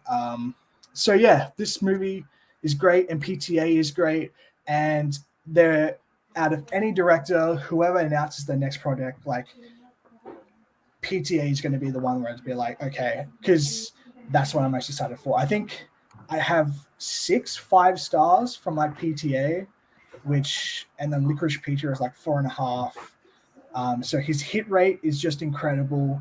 I could rewatch. I have a book that Adam Naiman wrote. So yeah, it's just incredible. I don't know, I'll end it. Yeah, no, I'm a big fan of this. I'm kind of in the opposite of Michael though, where like this was my favorite for the longest time, and then I actually switched over to Boogie Nights. Boogie Nights is probably my favorite, but the hit rate on him for me as well is huge. Licorice Pizza, Punch Drunk Love, Boogie Nights, Magnolia, The Master. They're all 5-star movies to me. And then the ones that don't hit as hard, like There Will Be Blood, Phantom Thread, Inherent Vice, Hard 8. They're all 4-star movies. So like there's not a movie he's made that I don't like.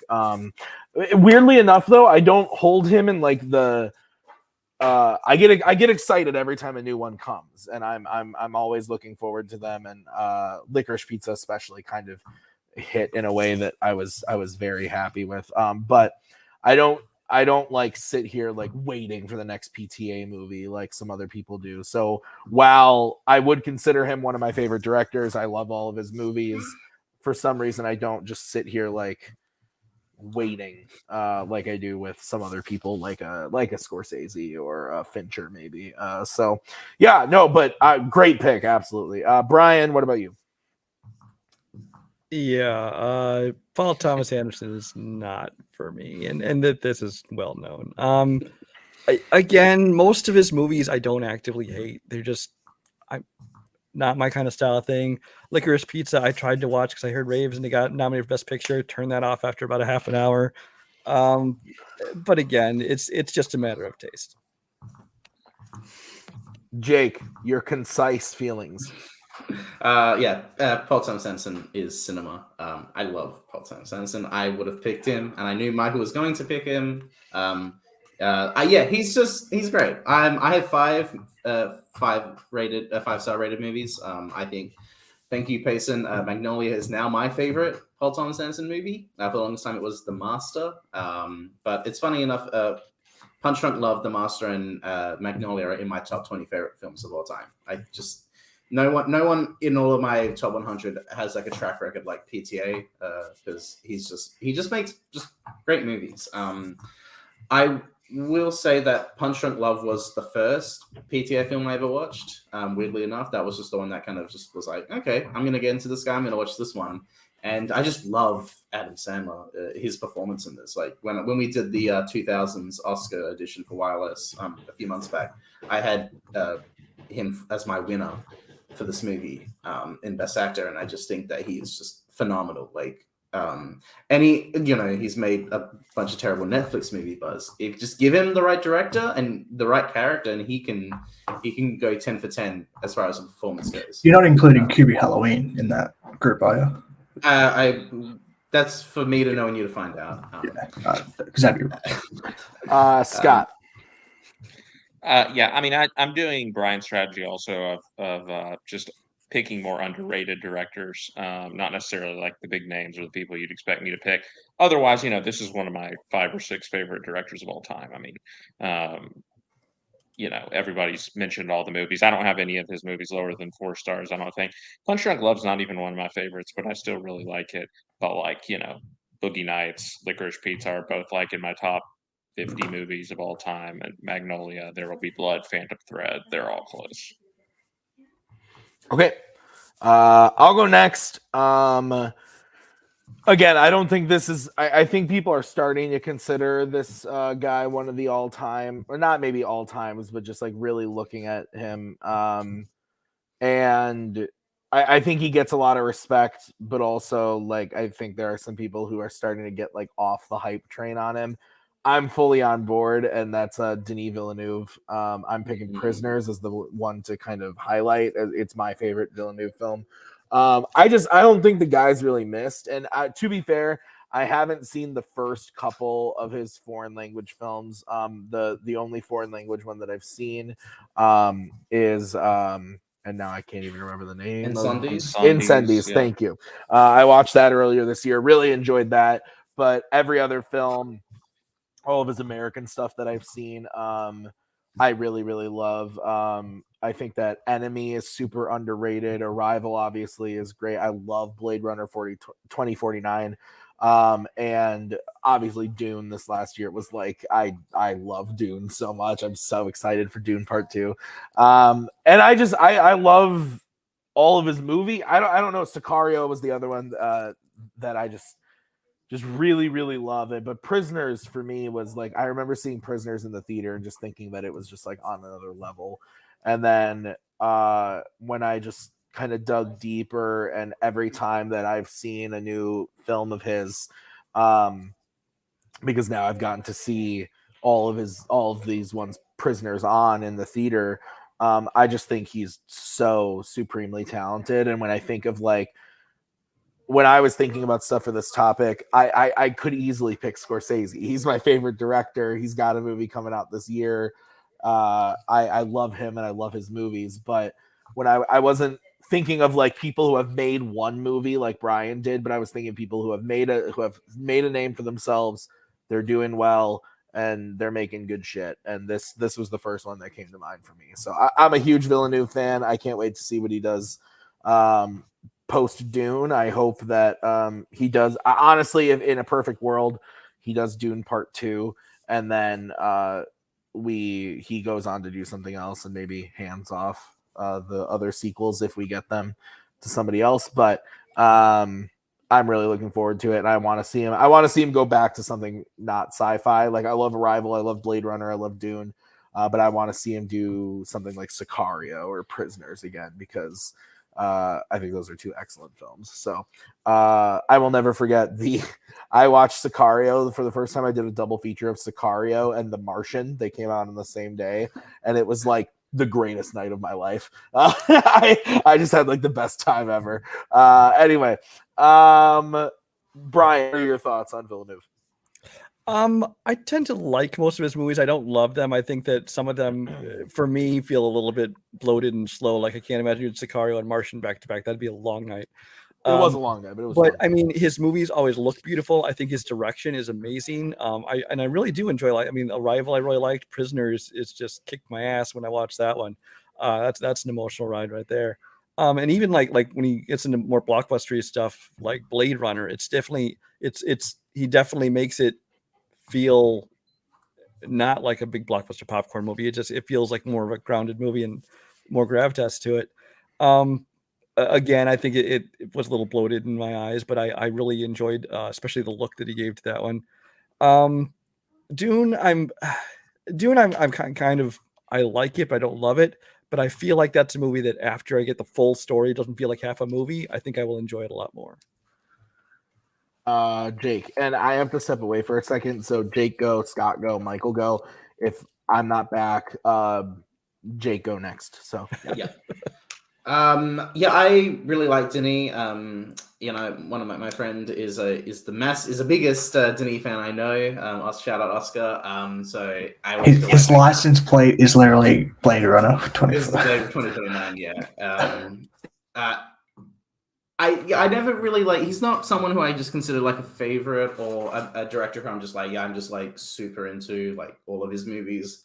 I like Arrival a lot. I like Sicario a lot. Prisoners I think is fantastic. Blade Runner 2049 is probably my favorite. Actually, it is my favorite. I fucking love Blade Runner 2049. Dune is one that I like, Brian. I really, really like. But I don't know if I got the full experience that everyone else who loves the movie got as well. And I think also just part of that it is half of a story that has been told. And I know there's a whole debate of, oh, this is a full story or not a full film, and yada, yada, yada. We'll wait a year or so for part 2. But I would say that my favorite is definitely 2049. And I think he's a fantastic filmmaker, and he was definitely one I considered for the best directors working today. And he's definitely someone who is now like with James Cameron and other sci-fi filmmakers I can't really think of, like when he has the next project coming up and it's like he is now adapting this or it's this gigantic sci-fi epic, everyone's just going to be like, yeah, I'm in for that. And when it was announced he was making Dune, I feel it was the same sort of anticipation that everyone had for 2049. So yeah, I think it's a really good choice, and Denis is great. Yeah, definitely one of the best working today. I also remember going to see Prisoners in theaters. It was my freshman year at college, and I just went by myself, and I came back and I told a bunch of the other dudes on my Hall, who lived in my dorm, I was like, "Look, I know you guys don't like watch movies that much or anything, but you got to go see this movie. Like, go watch Prisoners. Trust me, you won't regret it." And then a bunch of them went like the next weekend, and they all came back and they're like, "Oh my god, this is the best movie I've ever seen." And I was like, I felt cool for like 5 minutes, but no, it was he's a great director. I love Arrival. That's probably my favorite, but Dune was amazing. And yeah, 2049. Dune and 2049 are like movies where I like really don't care about the source material. Mm. And I came out of the movie and I was like, holy crap! Like I didn't think that anyone could make me care about like this stuff that much. But he really does. Yeah, he's an awesome director. Yeah, I really love Denis as well. Prisoners is one of my least favorite Denis movies. I think Jackman is kind of bad in it, and it really takes a lot away from the movie. We're not having a discussion we had with of all Paul. time. Throw it out. No, Michael, I don't know what you're talking about. Number one of all time. We were on call one time, and Michael and Paul were talking about Hugh Jackman and how they did not like his performance, and I had to be the one to say, "Are you fucking crazy?" It's just very heavy-handed. Sicario is like one of my all-time favorite movies. I really like. If you just want to see Denis work, watch like the whole when they go to Mexico and then they get the sort of prisoner and the whole chase scene up into the border and to the end of the border. Like that's one of the. I'm hoping that'll come up in like the greatest scenes of all time series, because that is like just one of the most well directed. I think Cinefix like did a whole freaking thing about that, and yeah, I recommend everyone really watch that just to sort of see how Denis works. Rival is sick as well. Yeah, and shout out to anime. That has some really creepy imagery as well. Especially if you don't like some creepy crawlies, it will fuck you up. So yeah, that was me. All right, let's move right along to Jake. Yep. So I was gonna do what I'm doing. What Scott said, like picking a up and coming filmmaker, or in my case, filmmakers. And I'm going with a duo who made 2 movies now. One in 2016 and one this year. Which one? Which one are you going with? I'm picking their most recent movie that came out this year. It is a Everything Everywhere All at Once, directed by the Daniels. That counts as both his picks, then, right? No, I'm kidding. Yes. No, this is bullshit. I love Swiss Army Man. I think that was sort of it's a call to what it's the antithesis of what Hollywood can do. I just love that you can make a movie just based entirely on creativity, and they kind of just follow through with that with Everything Everywhere. I remember finding out about the movie and just going, okay, not knowing much about it, knowing that it was the Daniels, and then the first trailer hit with the A24 logo, and it's just with the googly eyes, and then watching that trailer and going, okay. Funny enough, poetic, I guess you could say, it comes out less than a month or so after before Multiverse of Madness, 2 films about the multiverse. And while I do love Multiverse of Madness, shout out the maestro that is Sam Raimi, almost fucked that up.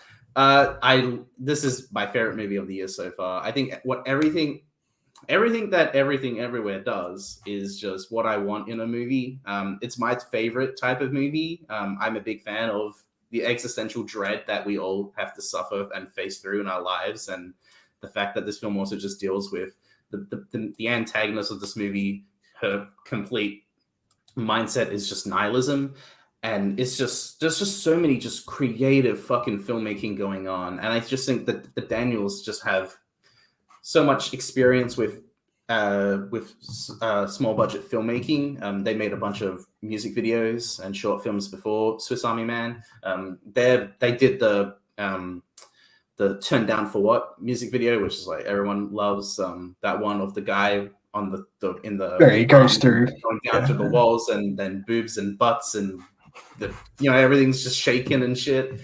It's great shit. Okay, Jake. I mean, you watch the music, you know what I mean. But they just have. It's just like a new vision, a new style that it's just great to see. And seeing Everything Everywhere in the cinema was just so much fun. and just not knowing what to expect, and the creative filmmaking they have, I just think is so fresh. And I just like PTA, like when it's announced what their next movie is, I'm just going to be there day one. Yeah, I talked about this on the show a couple weeks ago. This is also my favorite movie of the year. I get some people's criticisms, like not to tip the hat too much. I know Brian isn't the not that he hates the movie, but just that he's not in love with it like everybody else is, and that's totally fair. Like somebody tells that to me, I understand. Like I think that there are things about it that I would understand why someone wouldn't give this like 5 stars perfect movie, but I love it. It resonated with me a lot. I think it's incredible. I agree. I like Swiss Army Man quite a bit, but I haven't seen it since it came out. I saw it in the theater and then once on Blu-ray, but I got to watch this twice in the theater and then at home with Maggie a couple weeks ago. She loved it, and now it's just going to be in the rotation of movies I watch every year because I really enjoyed it. But you want to see more thoughts on the movie from me? Go back a few weeks. Talked about it at some point. I don't remember when, but we did. I love it. Brian, let's get your take. I actually do very much enjoy the movie. I have problems with it. I mentioned in my review that it takes way too long to end. It seems like the last act could have been shortened quite a bit, but I still enjoy the movie a lot. And I will say the directors, I absolutely agree. I think that they're very exciting directors, up and coming directors. There's one thing I like to see. It's kind of new, unique kind of approaches, whether it be in the voice and in dialogue, whether it be in the way things are filmed. And these guys have kind of done a little bit of everything. I mean, it has a very unique look to it. It's very creative.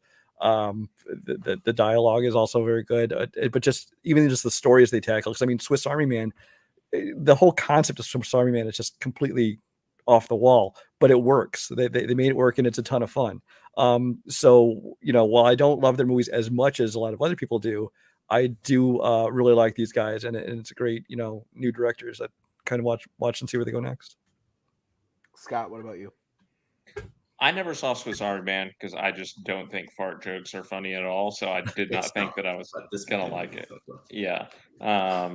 And so I would not have thought that they would have something interesting in them, honestly, based on that. But then they came out with this, and I was like, wow. It's actually not. I don't love the movie. I really like it. I don't even think it's in my top 10 for the year, which I know is blasphemy, but I know that's crazy. But yeah, I just have a few problems with it. I think it's been a good year also. But what I will say is after watching this movie, it is very clear to me now that these guys have vision. And so for that reason, like Jake said, so for that reason, I will definitely be paying attention to what they do going forward. Michael. Yeah, I didn't love this as well. I liked the idea of it. I just think this movie is very exhausting. It just does a lot of the same things over and over and over and over again. And so I think, I've only seen it once, so maybe it'll play differently on a rewatch. But I don't know. It just felt like I was just watching the same thing that had already been done twice before. And so it took a lot of the love I had for it away. The visual style and the directing is obviously really noticeable, and is good. It's very obvious. They basically took from Space Jam: A New Legacy the whole style of going to different universes. So I'm gonna say goodnight to my wife, and then I hear this shit. Oh my God. Yeah, I just think they have their message, but then they just sort of hammered it and hammered it and hammered it home, where the nail is already in, guys. We can stop using the hammer. So yeah, it's good. I liked it. But I totally get why people would love it, have their number one. There is a world in which I did too, but it just didn't quite hit for me. Also, an alternate universe where you did too. Yes. Shout out to Letterboxd for using the googly eyes, by the way. Yes, Awesome. thank you. Love that they did that. All right, Scott, let's go to you. So I think we'd be remiss if a female filmmaker did not get mentioned tonight, because I think this is maybe Best time, yeah, I know, right? I was thinking about our actors draft that we did, where not a single woman got picked. But anyway, because I think this is maybe like the best time in film history for female directors. Like, there's so many great up and coming directors. Obviously, the last two Best Director winners at the Oscars have been female directors. So yeah, it's a great time. There were a lot of people I could have picked. Obviously, there's one obvious one I think people expect me to pick. However, I'm not going to pick Greta. I'm going to pick an underrated director, I think, which is Marielle Heller. And the movie I'm picking to represent her is her most recent movie, which is A Beautiful Day in the Neighborhood. Great. I think she's a really, really strong director who doesn't get enough attention. Her first movie was an indie called The Diary of a Teenage Girl, which I thought was quite good. And then I think she stepped it up. My favorite of her movies is her second movie, which is Can You Ever Forgive Me, which I thought was an incredible movie, one of the best movies of 2018. The performance she was able to get out of Melissa McCarthy, who I think should have won the Oscar that year, was something I would have never expected that any director could do. And she in general, she's just like very patient with that story. Doesn't sort of sensationalize it or anything. She really like looks at these people and looks deeply into them in a way that I think is very compelling and that a lot of directors wouldn't do. But then, yeah, A Beautiful Day in the Neighborhood is such an impressive movie to me because you would expect this to be the standard biopic, and I think biopics right now are one of the most stale genres. Like, I think people are really running out of ways to make a biopic that is interesting, and this absolutely was one. Some of the stylistic choices she made, like the little model of basically of Mr. Rogers' Neighborhood that you see throughout the movie, and like certain actions, yeah, like it's basically they're like playing with this model, and it's a really creative way to tell the story in certain places. It's a very quiet movie, which again you would not expect, which I think is true to the ethos of Mr. Rogers. And even the decision to tell the story from the perspective of the reporter, of the secondary character, I thought was a really smart thing to do because it really gives us a nice audience surrogate. And again, not something that a lot of directors would do, and a reason why I think a lot of biopics just feel like Wikipedia entries. So I think this is such an impressive calling card for her as a director because she took a big movie, an Oscar caliber movie in a genre that she could have easily phoned it in, and gave us a movie that I think people weren't expecting. Some people may not have liked it because it was unexpected, but which to me was so much more compelling than I would have ever expected that like a biopic about Mr. Rogers could have been. So I'm really looking forward to her stuff going forward. Her next movie is called like Night Bitch or something. It's a horror movie with Amy Adams where she thinks that she's a dog, which sounds like it's going to be incredible. Go. Yeah, that's so, I don't need to hear anymore. We're going to get to see some versatility from her, which I'm really excited about. Also, she's an actress. If you watch The Queen's Gambit, she plays Beth's mom in The Queen's Gambit. So, what, really? Wow. Yeah, shit. She's multi-talented, but I think she's a phenomenal director. Okay. I did not know that. That's really cool. Yeah, I was a big fan of this movie. I like the way they did this because it didn't just feel like a cheap stylized version of the documentary that had come out the year before, Won't You Be My Neighbor, which is also very, very good. But yeah, this movie's really good. I was really surprised by this one because when the trailers were coming out, I'm like, okay, Tom Hanks is playing Mr. Rogers on a biopic. Yeah. Like, it just felt like it was going to be what Scott was talking about of like Bohemian Rhapsody, Respect, like all of these like biopics that we've been getting recently were like, they're good performances and they look good, but they're just stale and boring. And this one was anything but. I agree. I really enjoyed this. I forgot that she did this. I did like Can You Ever Forgive Me? I didn't love it. I agree that Melissa McCarthy was great. Did Richard E. Grant win the Oscar for that, or am I misremembering? No, he was nominated, but he lost to Mahershala Ali for Green Book. Oh, for Green, I was like, that wasn't the same as Moonlight. I forgot about Green Book. Most people. I like Green Book, but Yeah, no, this is a great movie. I'm a big fan of this movie. Don't laugh at me, Michael. Fuck off. And I'm allowed to like what I like. Paul Oyama can suck it.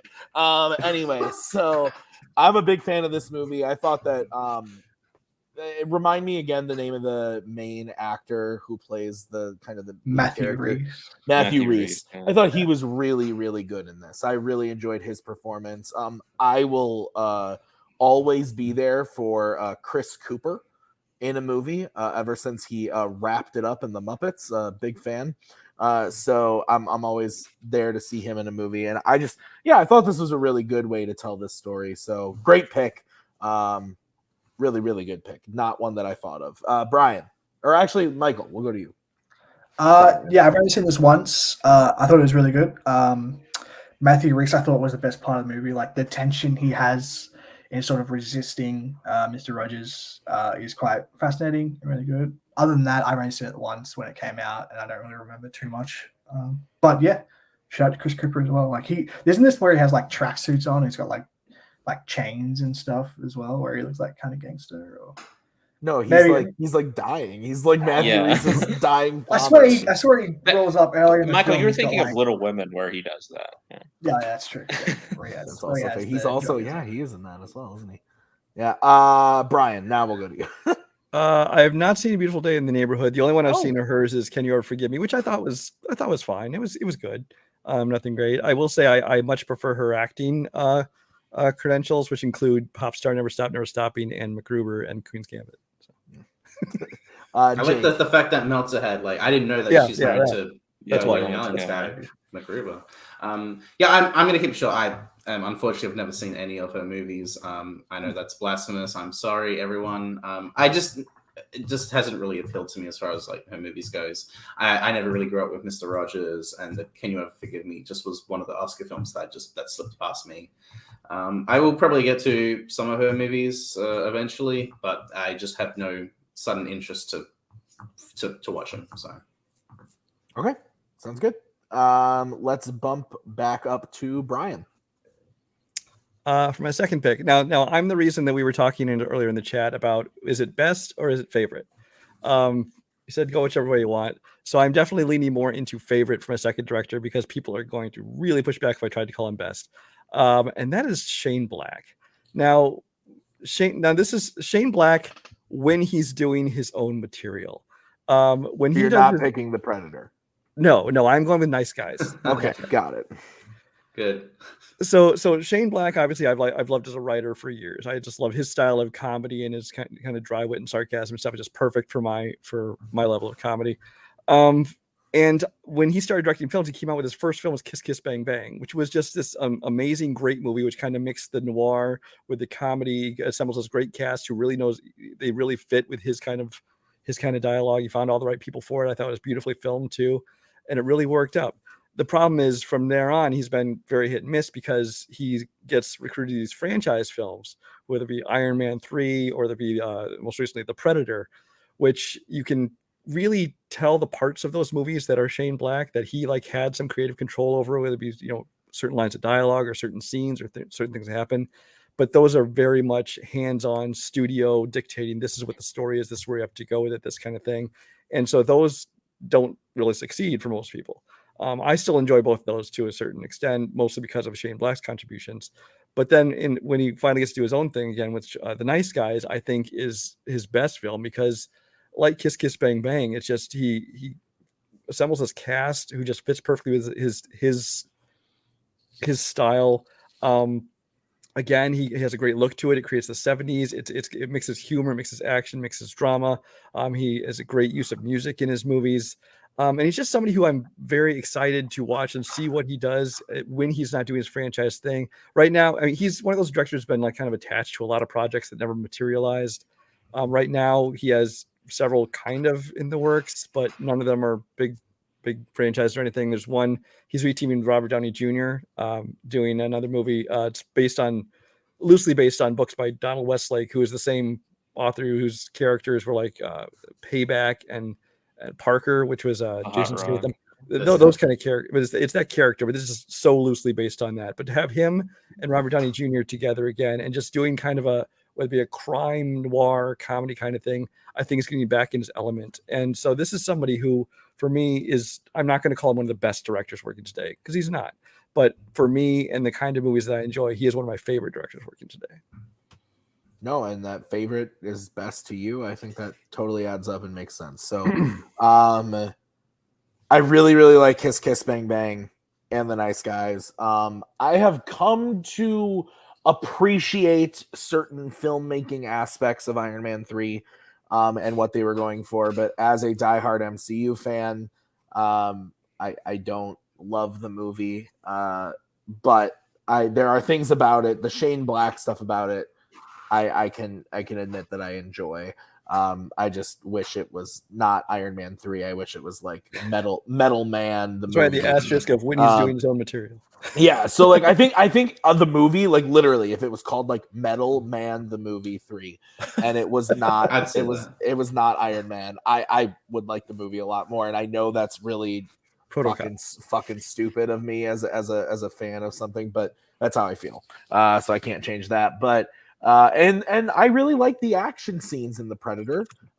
It's now a fandom film, and I've had to rewatch it a couple times, and I enjoy the action sequences. That I think they're helmed really good, and I think the visuals are all good, but the story is ass, and the acting is terrible, and it's rough in that sense. But no, I will go to whatever he makes next. I'm interested in it, just based on The Nice Guys and Kiss Kiss Bang Bang alone. Jake. I like Shane Black a lot as a writer and as a filmmaker. Kiss Kiss Bang Bang is one of my all-time favorite movies ever. Did you know that if you looked up the word idiot in the dictionary, you would find the definition of the word idiot? It's just one of the greatest word dialogue play in Shane Black's movies, and when he's does the Russian roulette and accidentally kills the guy, 8% chance. Yeah, I just think he's a great writer, and when he's working with the material that, or even just like the genre that he's so well known for, crime films, like he's one of the best. Yeah, The Predator fucking sucked. I will say I laughed out loud when the one guy jumped into the engine on the ship, just because he's like, yeah, I'll do it, and he jumped in the engine. I just thought that was the funniest thing I'd ever seen. Yeah, I'm looking forward to what he's going to do next. What you said, Brian, does sound interesting. And he's teaming up with RDJ. That sounds cool. Yeah, I mean, I just want to see The Nice Guys too, or I want to see just that type of movie. The franchise stuff is not necessarily my thing. I like Iron Man 3, I guess. The Predator is not great, but yeah, I mean, I also just think that you can pick whoever you want, and you can, as long as you make a good argument for it, you can say he's the best director working today, and I feel that's absolutely fair. I'm not saying that, but okay. I'm saying that for you. Scott. Yeah, I watched a lot of Shane Black movies when I played Brian to match. Didn't help, but I enjoyed most of the movies. Yeah, when he said Shane Black, I thought, oh, this is kind of a Sorkin thing, or actually like him more as a writer than a director. But then thinking about his movies, like I haven't seen The Predator. The other three I really like, to be honest with you. And The Nice Guys I love. But yeah, I totally want a sequel. That Nice Guys and Logan Lucky are the two movies that need a sequel. That like I would kill to have a sequel to those movies. That's fair. And yeah, so that's one of the only mainstream comedies from like the last decade that I really love. So it's a solid pick. I mean, I don't think he's one of the best either, but he's far, far from one of the worst. So. Michael. Yeah, I haven't seen The Predator, but I also really liked his other three, and Nice Guys is one of my all-time favorites as well. Yeah, shout out to Gary Rice. He sort of discovered her, and now she's Australian. She's really great at The Nice Guys, and has gone on, and hopefully she'll have a good career, because need more Australians in Hollywood. But yeah, The Nice Guys is just really fucking great. Like, there's nothing to say anything else to say about it, because sometimes a good movie is a good movie, and he does add a really great flair to it with and he gets the period right with the 70s. Sort of, he is very much suited to the 70s. Yeah, he knew exactly what he was doing with and the genre of The Nice Guys, and sort of that noir along with Kiss Kiss Bang Bang. And yeah, it's a really fucking great movie, man. Yeah. Yeah. All right. Michael, we'll go to you next. Yeah, so I have to adjust my strategy a bit because I didn't realize people were doing like underrated. Now I don't want to be the guy to be You can like, do whatever you want. Do whatever you want. Yeah. I mean, sort of this guy's one of my favorites, and he does have a movie coming out this year, so it sort of is appropriate. I'll go with Hirokazu Koreeda, and I'll choose his movie Shoplifters. That is one of my favorite movies. The opening scene is just incredibly well directed. It is sort of like there's hardly any dialogue, but it just tells you so much about the characters and the world in which they live in, where they have to sort of shoplift. They do the titular shoplift. I really love movies where, because Koreeda, he can be criticized sometimes as being a bit saccharine, and I do get that with some of his movies. It's very sort of warm, and they feel like a big hug a lot of the times. But Shoplifters, it's in the genre of movies where like it's the family, it's sort of the adopted family where they're not obviously related, and they sort of come to rally around each other. And there is a sort of shift that happens in the middle of the movie that I'm not going to really say much about, that sort of knocked me on my ass and just sort of took this movie from like loving it to like, oh, like this will, I've now sought out like a lot of other movies from Koreeda because of this. And it's just fucking well done, man. Like he's got a movie coming out called Broker this year with Song Kang-ho, which I'm so excited for. So yeah, anyone is curious in sort of Japanese cinema, and just he has coming of age stuff. He has like there's a movie called After the Storm where it's about sort of it's a very much a family drama where the father and his like divorced wife get sort of shut in at a house, their mother's house, overnight with their son because of a storm, and then it's obviously like a lot of sort of feelings and sort of come from that. And yeah, there's a couple others. Some of them are hard to find. Some of them, a lot of like the sort of the 2010 stuff is a bit easier to find. But yeah, I recommend it. He's got The Truth, which is sort of like, I think that was his first English language film with like Ethan Hawke, which is really good as well. So yeah, that's my choice for my second choice. People know this. I've said it on a lot of shows. I struggle to get into foreign language. Most of the ones that I have seen are ones that I've been told are going to be really good. I try to watch the ones that are nominated for best pick or for best foreign language every year. So I see a few every year. I'm so glad I saw this one. I got to see this in the theater, and it was incredible. I really, really enjoyed this movie. It wasn't my favorite of the foreign language films from that year. My favorite was I believe it was the German choice, Never Look Away. That one was the one that did Cold War win? Cold War was the following year. Roma won. They Roma both won. 2018, but Roma That's won. right, just yeah. Roma was 2018. Cold War was the following year, I think, right? No, Cold thought it was War was the 2018 as same well. year. Yeah. Cold War was 18 as well. Oh, okay. But yeah, Never Look Away was the one that I really. Parasite won the following year. That's right. Oh yeah, Parasite. Duh. Yeah, duh. But yeah, so Never Look Away was the one that I really loved, but this one I really liked as well. I thought it was fantastic. I don't remember much about it other than as you were describing it, like it was coming back to me, but I remember really, really, really enjoying it when I saw it in the theater. So I think it's on Hulu, I want to say. I feel like I remember seeing it on there, but I could be wrong.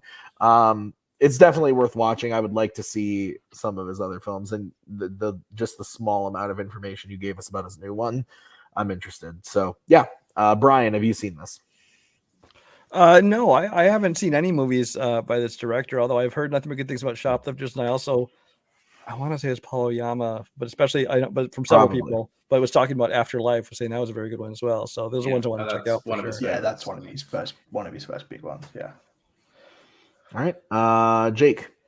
I have unfortunately not seen Shoplifters or any of films from this director. That's just because I have not gone to it yet, and will eventually, hopefully. Shoplifters is on Shoplifters- Prime, by the way. Jake. Prime. Oh, sweet. Yeah, I'll definitely check that I out. know 'Cause about this America, one, but Australia's Prime. believe this definitely did win the Palme d'Or, right, Scott? You remember I this one? Shoplifters, yes, I think so. Yeah, because that's sort of Because, when yeah. it started. That's when it got on my radar.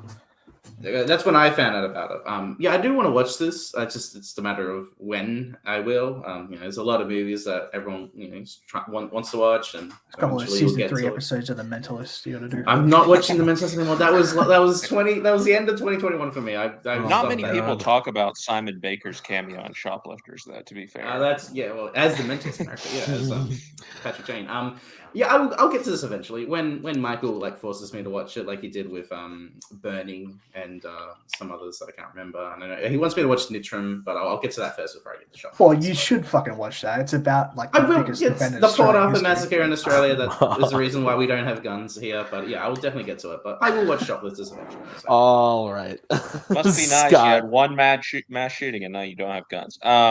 Anyway, Shoplifters. Unfortunately, ashamedly, I haven't seen any of Corrieto's movies either. I really want to watch Shoplifters. I have for a couple of years. I just haven't ever got to it. And I really want to watch Afterlife too, because I've heard it very much influenced 9 Days, which was a movie last year that I really loved. So I will definitely cross one of his off the list before the end of the year. Okay. We are gonna go to. Is it me now? I think we're on to me. I thought it was me, but you can go. No, it was Tim because then he had to leave, and then remember you said, "Oh, that's right, yeah, Jake." Okay, so it matters, Jake. You're right. God, it fucking matters. I'm gonna go, and mine is gonna be an up and coming, I guess you could say. He's made 3 films. Oh. His 3rd film came out this year. I absolutely loved it. It stars somebody that Scott. I'm sorry that I have to bring this up tonight, but I'm gonna bring it up, and I'm talking about Robert Eggers. Robert Eggers, yeah, and The Northman. Primarily because and I'm picking The Northman, even though it's not my favorite film of his. I still like The Witch the best. I think The Witch is a perfect horror movie. If you even want to call it a horror movie, I don't know if I would even really consider it a horror movie. And I absolutely love that film. And then The Lighthouse, I really, really enjoyed. It didn't quite hit the 5-star status that the Witch did for me, but I really liked it. I thought Willem Dafoe and Pattinson were great in it. And then The Northman, again, it's probably my 2nd favorite film of his but I've only seen it twice, but I like it. I liked it more the 2nd time. So I plan on watching it again soon and seeing if it can kind of break that 4-star into the 5-star for me, because I really, really enjoyed it. And this is still a movie that, from all the reports, isn't really what he even fully was going to unleash upon us. The studio still had a lot of stuff that they required cuts and whatnot. And this movie is still pretty crazy. I'm just a really, really big fan of the style that this guy brings to his movies, and the what's the word I'm looking for? Just the overall look of all of his films. Aesthetic is a great word. Thank you. That populates all of his films. I really, really enjoy, and I think that he always gets really great performances out of all of his actors. I like Alexander Skarsgård in a lot of stuff, and I thought that he was used really well in The Northman. Anya Taylor-Joy obviously is a goddess walking among us, and I'm so sorry, Scott. She's not walking among us anymore. Yeah, I couldn't retweet as a married man. I couldn't retweet any of that stuff, but I was with you. And yeah, no, I think she's amazing. I thought Nicole Kidman was really great in the movie. I don't remember the name of the actor who plays his uncle, but he was fantastic.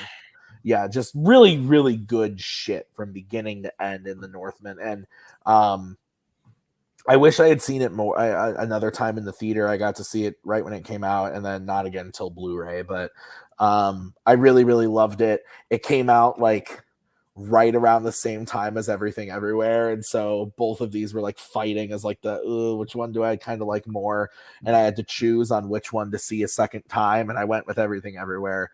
I'm glad I did. I think at the end of the day I like that one more, but overall I just really like where Eggers is going in his career. I like that he's kind of cultivating like a community of actors for his films too. Like they're not in a ton of the movie, but like there are actors from The Witch, like the guy who played the father, he's in a scene here, and the mother, she's in a scene in The Northman too. And it's just like kind of having like that type of community. And he just seems like a cool dude. And like I liked that he said like that he has no interest in making a movie that takes place like in present day. It's just like not something he's like Just into. all natural lighting. I love that. Like I think that's fucking cool. Like, and so his movies aren't for everybody, and I totally get that. If somebody were to say they didn't like any of these three movies, I would be like, yes, you're valid, totally understand. But they really work for me, and he's quickly become one of those directors that I will watch anything he touches. I honestly, if Men had been as good as Ex Machina and Annihilation, I probably would have gone with Alex Garland. But Men was such a letdown for me that Eggers kind of swooped in. He's 3 for 3 for me. And so, yeah, that's kind of where I'm going with this. So let's go to Brian. What do you think about Eggers? I'm not a huge fan of Eggers. The Witch I didn't really like at all. I did not see The Lighthouse, but I did see The Northman. And I did enjoy The Northman quite a bit. I mean, it's clearly a little bit. It's the closest thing he's done to like a mainstream film. It still definitely has that kind of indie, spirit and feel to it. But I like performances. I love the look of the film. I do think that he has a great eye when it comes to filming. He's a good director in that sense. And I'm really curious to see. I believe he's doing a upcoming Nosferatu movie. I think, isn't he? He has 2 things on his list upcoming, and that's one of them. Oh, okay. That was one I was curious when I first heard about that. I was curious. He has something else coming up, but I think that is on the list as something he's got going on. Yeah. Jake. Yeah, I really like Eggers. I wish I could say I love him. Like he's one of the filmmakers where I'm just like absolutely adore him. I'm waiting for like that one movie that he makes where I just go, okay, it clicks with me and I just like get him. Because I really do. I like The Witch for what it is. I really love The Lighthouse, I guess. I think in my review for The Northman, I said that The Northman was my favorite of Eggers. But I think in thinking about it and giving it some time, I think The Lighthouse is definitely like my favorite. Just that's the movie that kind of like speaks to me more. But I do really like The Northman, and I think I talked about The Northman on an earlier episode of Logged It because we've talked about it before, yeah. Because I definitely remember saying that I just did not expect Eggers to make a $90 million big budget Hollywood movie like this. You can totally see where the budget went to. Like I don't know if it's just certain filmmakers or studios who just don't know where to put the money in for movies. But this is a $90 million movie. Like you could just see every cent mattered is on the screen. Yeah, I think he's definitely just one of those filmmakers who has his aesthetic, he has his style, and also just like even just the stories that he wants to tell. Like as we were saying, like he doesn't want to make a movie that takes place in modern society. He wants to tell movies that take place way into the past and looking at sort of the societies and how things were different. This is his earliest movie that he's made so far, and I look forward to seeing him make something in 10,000 BC. Like he can do whatever he wants. He has such an attention to detail when he makes his like period epics, or just period movies in general. As long as he doesn't touch the classic 10,000 BC, like I'm mammoths and pyramids and shit. Yeah, come on, man. I saw that shit in the theater.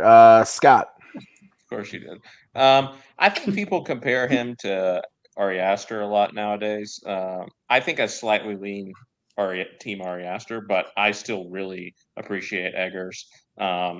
The Witch is still my favorite as well. I thought The Northman was sick, though. There's just nobody that's making movies like him, and that's not something you can say about a lot of directors. So I really respect the hell out of that. Michael. Yeah, this is a great choice for like this list in terms of not only has he got quality, he's also very early into his career, and hopefully he continues on doing great things. The Witch is still my favorite as well. I actually haven't seen The Lighthouse for some reason. I went to go see it, but there was like pouring down rain in Brisbane because it wasn't playing anywhere here, and then I didn't get to see it, and then I was like, ah, fuck it. And now it's on. Now I just haven't watched it, but I need to see that. Northman is great. Fun, weird story.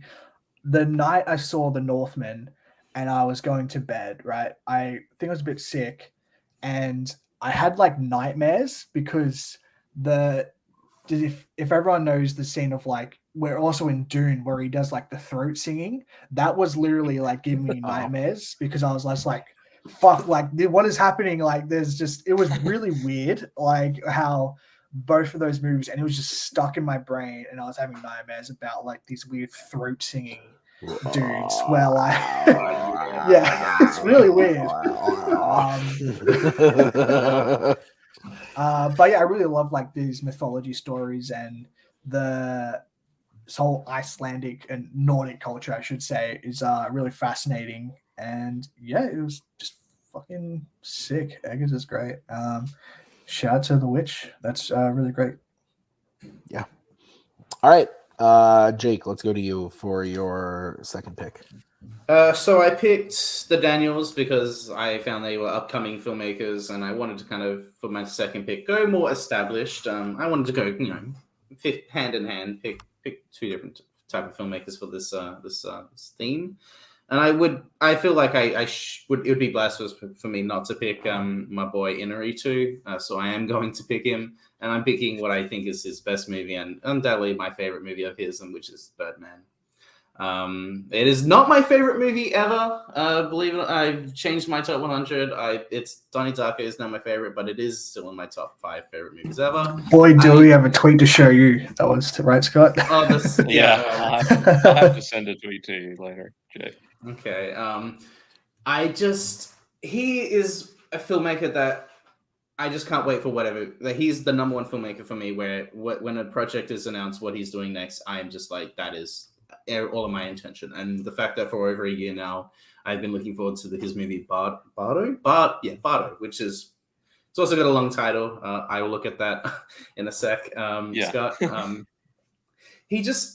he tells stories that I just love and characters that I really like connect with and gravitate towards. I just think that Birdman and that film is about the human ego and sort of the meta narrative that movie has. I just think is really cool. And then the year later he makes, thank you for putting the full title in. That's awesome. I got you. And then just the fact that he follows that year up with The Revenant and wins another Best Director Oscar, and that movie very similar to in context with the Northman, of just giving Inarritu more money to make this giant historical epic of tale of revenge, and how that movie just looks so visually like amazing. I think that is the most gorgeous looking movie of all time, and the fact that I've had to wait, what's it now, seven-ish years now for another Inarritu movie is just like, I'm on the edge of my seat. I just want to know what he's going to do next, because Bardo is on Letterboxd. It's a documentary filmmaker who goes back to Mexico and experiences his whole life and that sort of like themes that I'm sure Inarritu has tackled with before. But I just think him as a filmmaker, he both works as just a visually interesting filmmaker and also just the stories that he tells, because he's also a writer on all of his movies, and I just look forward to just him as he's like in my top 5 favorite filmmakers ever. And he's just, the fact that he's making another movie just has me so excited. Like, I think he is one of those filmmakers everyone should be excited for. I've only seen Birdman and The Revenant. No, that's not true. I've seen he did Babel, right? Yeah. I've seen that, and I liked it fine. It was a little too depresh for me, but I liked it. I thought it was good. And I love Birdman, though. Man, that movie has grown on me. I remember when I saw it the first time, I liked it, but I didn't love it. I went to see it because everyone was talking about it. And then I wound up seeing it, I think 4 times in the theater, just because how much I liked it. Every time I thought about it, I just liked it more and more. So it wasn't my favorite film of 2014. I still like Whiplash more, but this is up there in my top 10 of that year. Definitely like it more than The Revenant. I like The Revenant. I think it's good.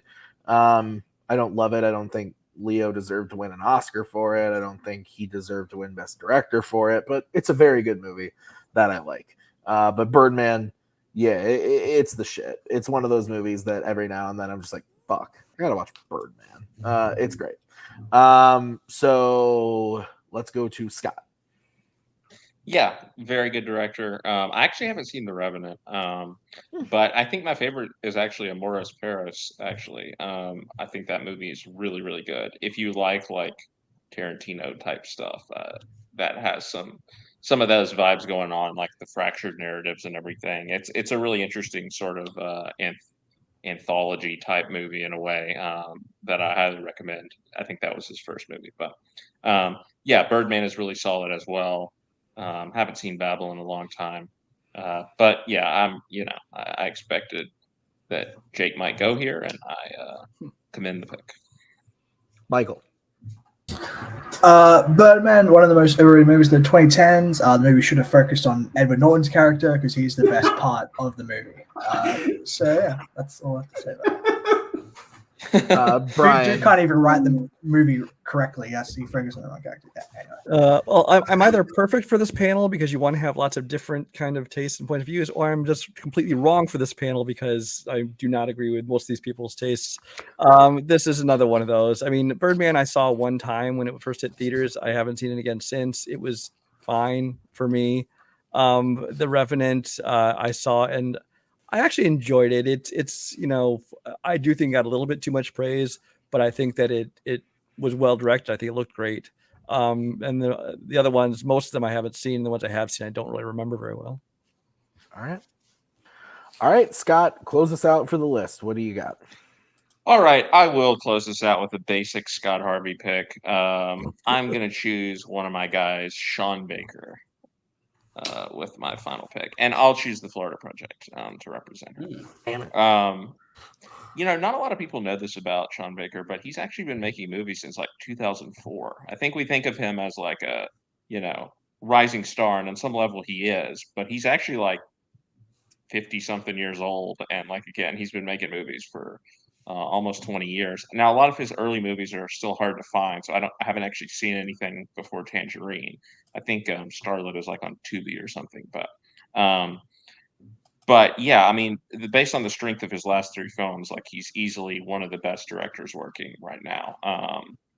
Tangerine is such an interesting movie, and I mean, really, all three of the movies, what he's found a niche doing is taking these corners of American life that don't ever get depicted, these communities of people, these places that don't ever get put on screen, and just shining a light on them, and just not telling overly complicated stories, just kind of saying, here's what life is like for these people in these, communities. And again, with Tangerine, it was transgender people in LA. With the Florida Project, it was these people living in a motel on the edge of Disney World, and were living in poverty basically week to week.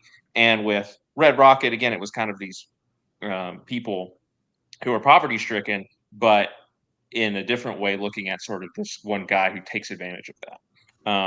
And I think all three of them are just brilliant movies. The Florida Project's in my top 15 of all time. It's just, there are a few movies that just make me feel every emotion like that movie does. And my favorite thing about his filmmaking style, and something that he is very vocal about, is that he never preaches or is pedantic or proselytizes about how you should feel about what is going on in the movie. He doesn't believe that that's his job as a filmmaker. He is just kind of there to, stand behind the camera and depict, again, life as it is going on. And sure, in Red Rocket, you get that Mikey Saber is a shitty dude, but what I think is so brilliant about the movie is that he never is forcing you down that road. He just lets Mikey Saber be Mikey Saber, and eventually the character reveals itself for being as toxic as he is. I think that's a sign of a really good director, that he can do that without ever seeming like he is doing that. And so I just think he's an awesome director who's making interesting movies about interesting groups of people who don't ever get depicted. And I can't wait to see the next corner of America that he tackles, because I think he's like a borderline genius for some of the stuff that he's done. I haven't seen Tangerine, but I've heard good things. I need to rewatch The Florida Project. I saw it when it came out, but I thought it was just okay. I also had the disservice of watching it directly after seeing Call Me by Your Name, and I was like a disaster after watching that. That's my favorite movie of that year, so like it was kind of tough to see it right then. But I Red Rocket I loved. I thought it was fantastic, and so that's by far my favorite of the two that I've seen. I agree with most of what you said. I like that. I like movies where we just have like a fucking asshole on screen, and it just like I think it agrees. I agree with you where like I like how it just is slowly revealed throughout the course of the movie by watching what he does. That he's just like a very toxic person, and so yeah, I really like the movie. I'll watch whatever he does next.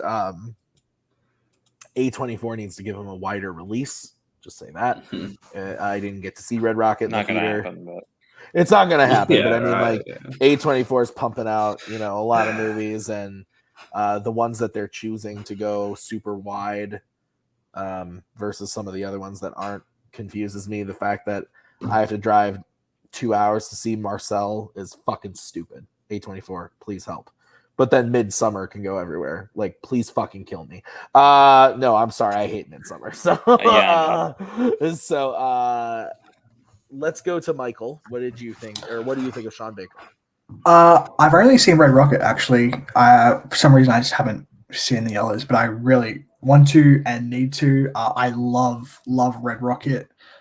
Simon Rex gives like one of the best performances for the last 5 years. I think the way he shoots it in such like a naturalistic way where it's not like he's making them ugly. He's just shooting them like they're just normal people, and he's not like judging anyone or anything. And I can't really talk about Florida Project, but yeah, Red Rocket is fucking great.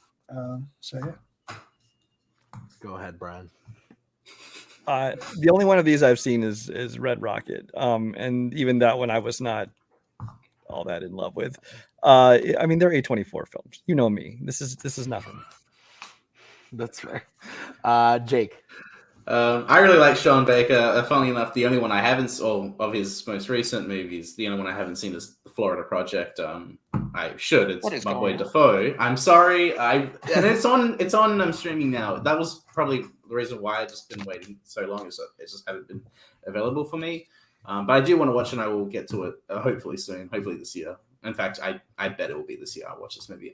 I saw Tangerine back in like 2016 when it had like kind of came out, and I thought that movie was great.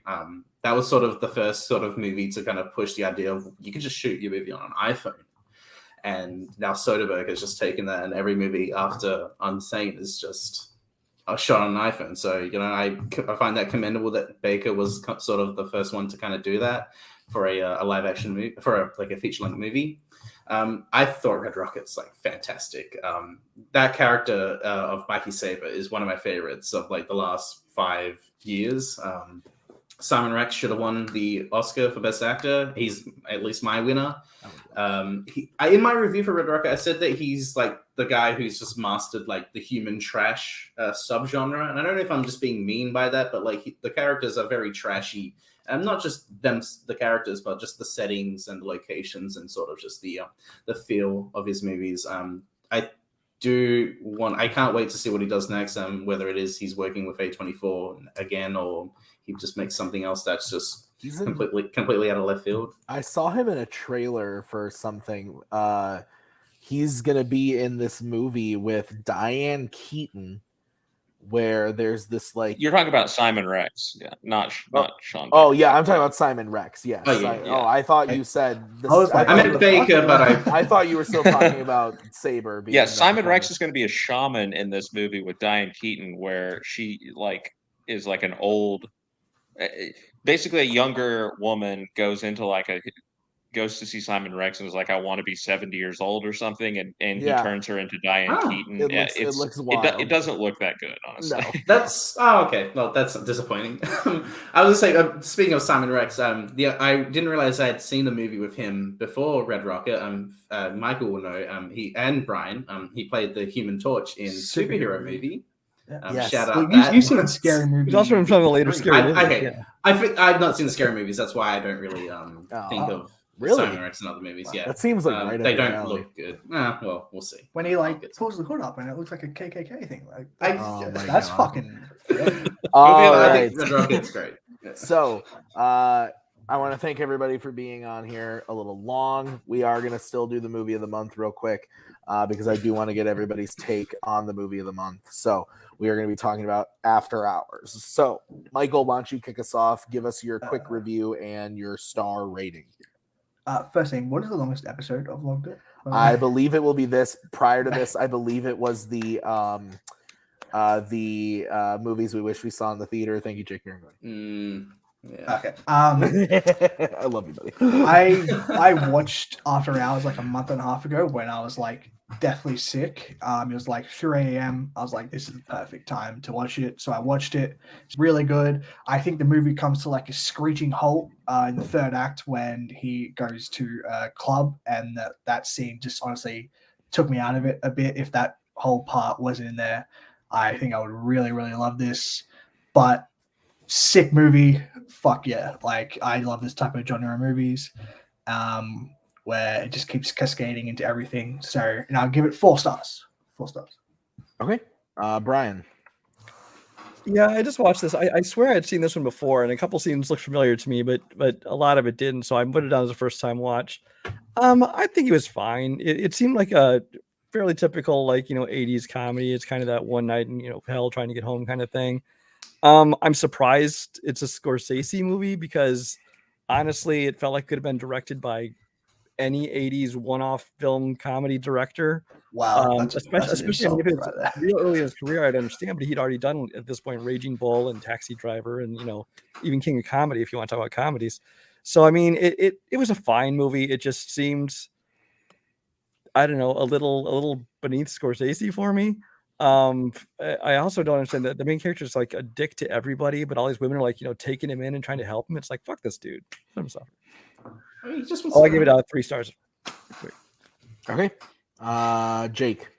This is a movie that had always been on my watch list forever. Everyone, when the big movie comes out that everyone in this community, specifically talks about, and this movie and what's great about Logged It is that it showcases movies that we all should watch, and I think After Hours is a perfect example of that. I'm just glad that I finally got to it, and I'm glad this is a great excuse because it is so much fun. I really like just the character of Paul and just the idea of I live this mundane life and I want to do something that's that's more meaningful. And what if all this chaoticness just happens that would spread out through a person's life just is condensed in 12 hours and just sort of the madness that sort of happens. And it reminded me a lot of Good Time, the Safdie brothers movie, where it's just like A to B to C and just crazy shit happens, new characters introduced, and just like, I just want to get here, I just want to get this, and it's just like, it's never that easy, and I really like that. And I just love the ending where, without going into spoilers, it just is like, it all happened and now he just moves on. And it's just so funny. It's great. What's your star rating, Jake? 4 stars. 4 stars. 4 stars. And Scott. Yeah, I'm really glad that I finally had a reason to watch this. It was really fun. Chaotic ride, obviously. There's some great lines in there. I love when he goes to try to buy the train ticket or the bus ticket, and the guy's like, well, who would? They're like, he's like, well, who would know? And the guy's like, well, I could get drunk, go to a party, tell someone. I thought that was great. And yeah, and the club scene maybe isn't the best, but I do love Martin Scorsese's cameo as the guy shining the spotlight. Yeah. Just like, I thought that was great. Also, when you walk into the girl's apartment, when he walks into the girl's apartment and she's like not there the first time, and it's like, oh, she went out to the all-night drugstore. Is everything okay? It's under control. Like that's the last thing you want to hear right there. It's under control. Yeah, it's just one of those movies where like they just try to think of what the most hilariously awful thing to happen next could be, and then that's what happens. So I thought it was great. I love some of Griffin Dunn's facial expressions also throughout the movie. They were perfect. 4.5 stars. Okay. I did just look. The longest episode, actually, it was still a Jake Marangoni episode, but it was Summer Blockbusters. And that was let me look, that was a 2 hour and 38 minutes and 49 seconds. So we are officially the longest episode of Logged. So Jake's on like the top 3. Well, so actually, funny enough, when I think of my favorite episodes of Logged It, the Wish You Saw in the Theater episode actually comes up a lot, but that was actually only 2 hours. So like that was it. I don't know why, but I guess Jake left. I just made it so long because I just kept talking. I'm saying we have a lot of 210s and 215s, but this is the number one, baby. So thank you for you guys out there that have been watching. We've had a pretty like decently high number for Logged It all night. So I appreciate you guys hanging out with us for a few hours and talking movies. I'm always, I don't care if the show runs 4 hours if we're having a good conversation. So thank you guys for being a part of it. So thank you to Michael, Jake, Scott, and Brian. Next week, like I said, we are going to be back with Movie Pets. And then we are going to have the full list of August topics for you later this week. we have something to shoot after this, so they're probably all like, yeah, waiting. that's a good. But we'll be back next week for Movie Pets. We'll have the full list of topics and the poll for the movie of the month coming up real soon. So be on the lookout for that stuff. But thank you guys for watching. We'll see you next week, and have a good one. In case I don't see you. Good afternoon, good evening.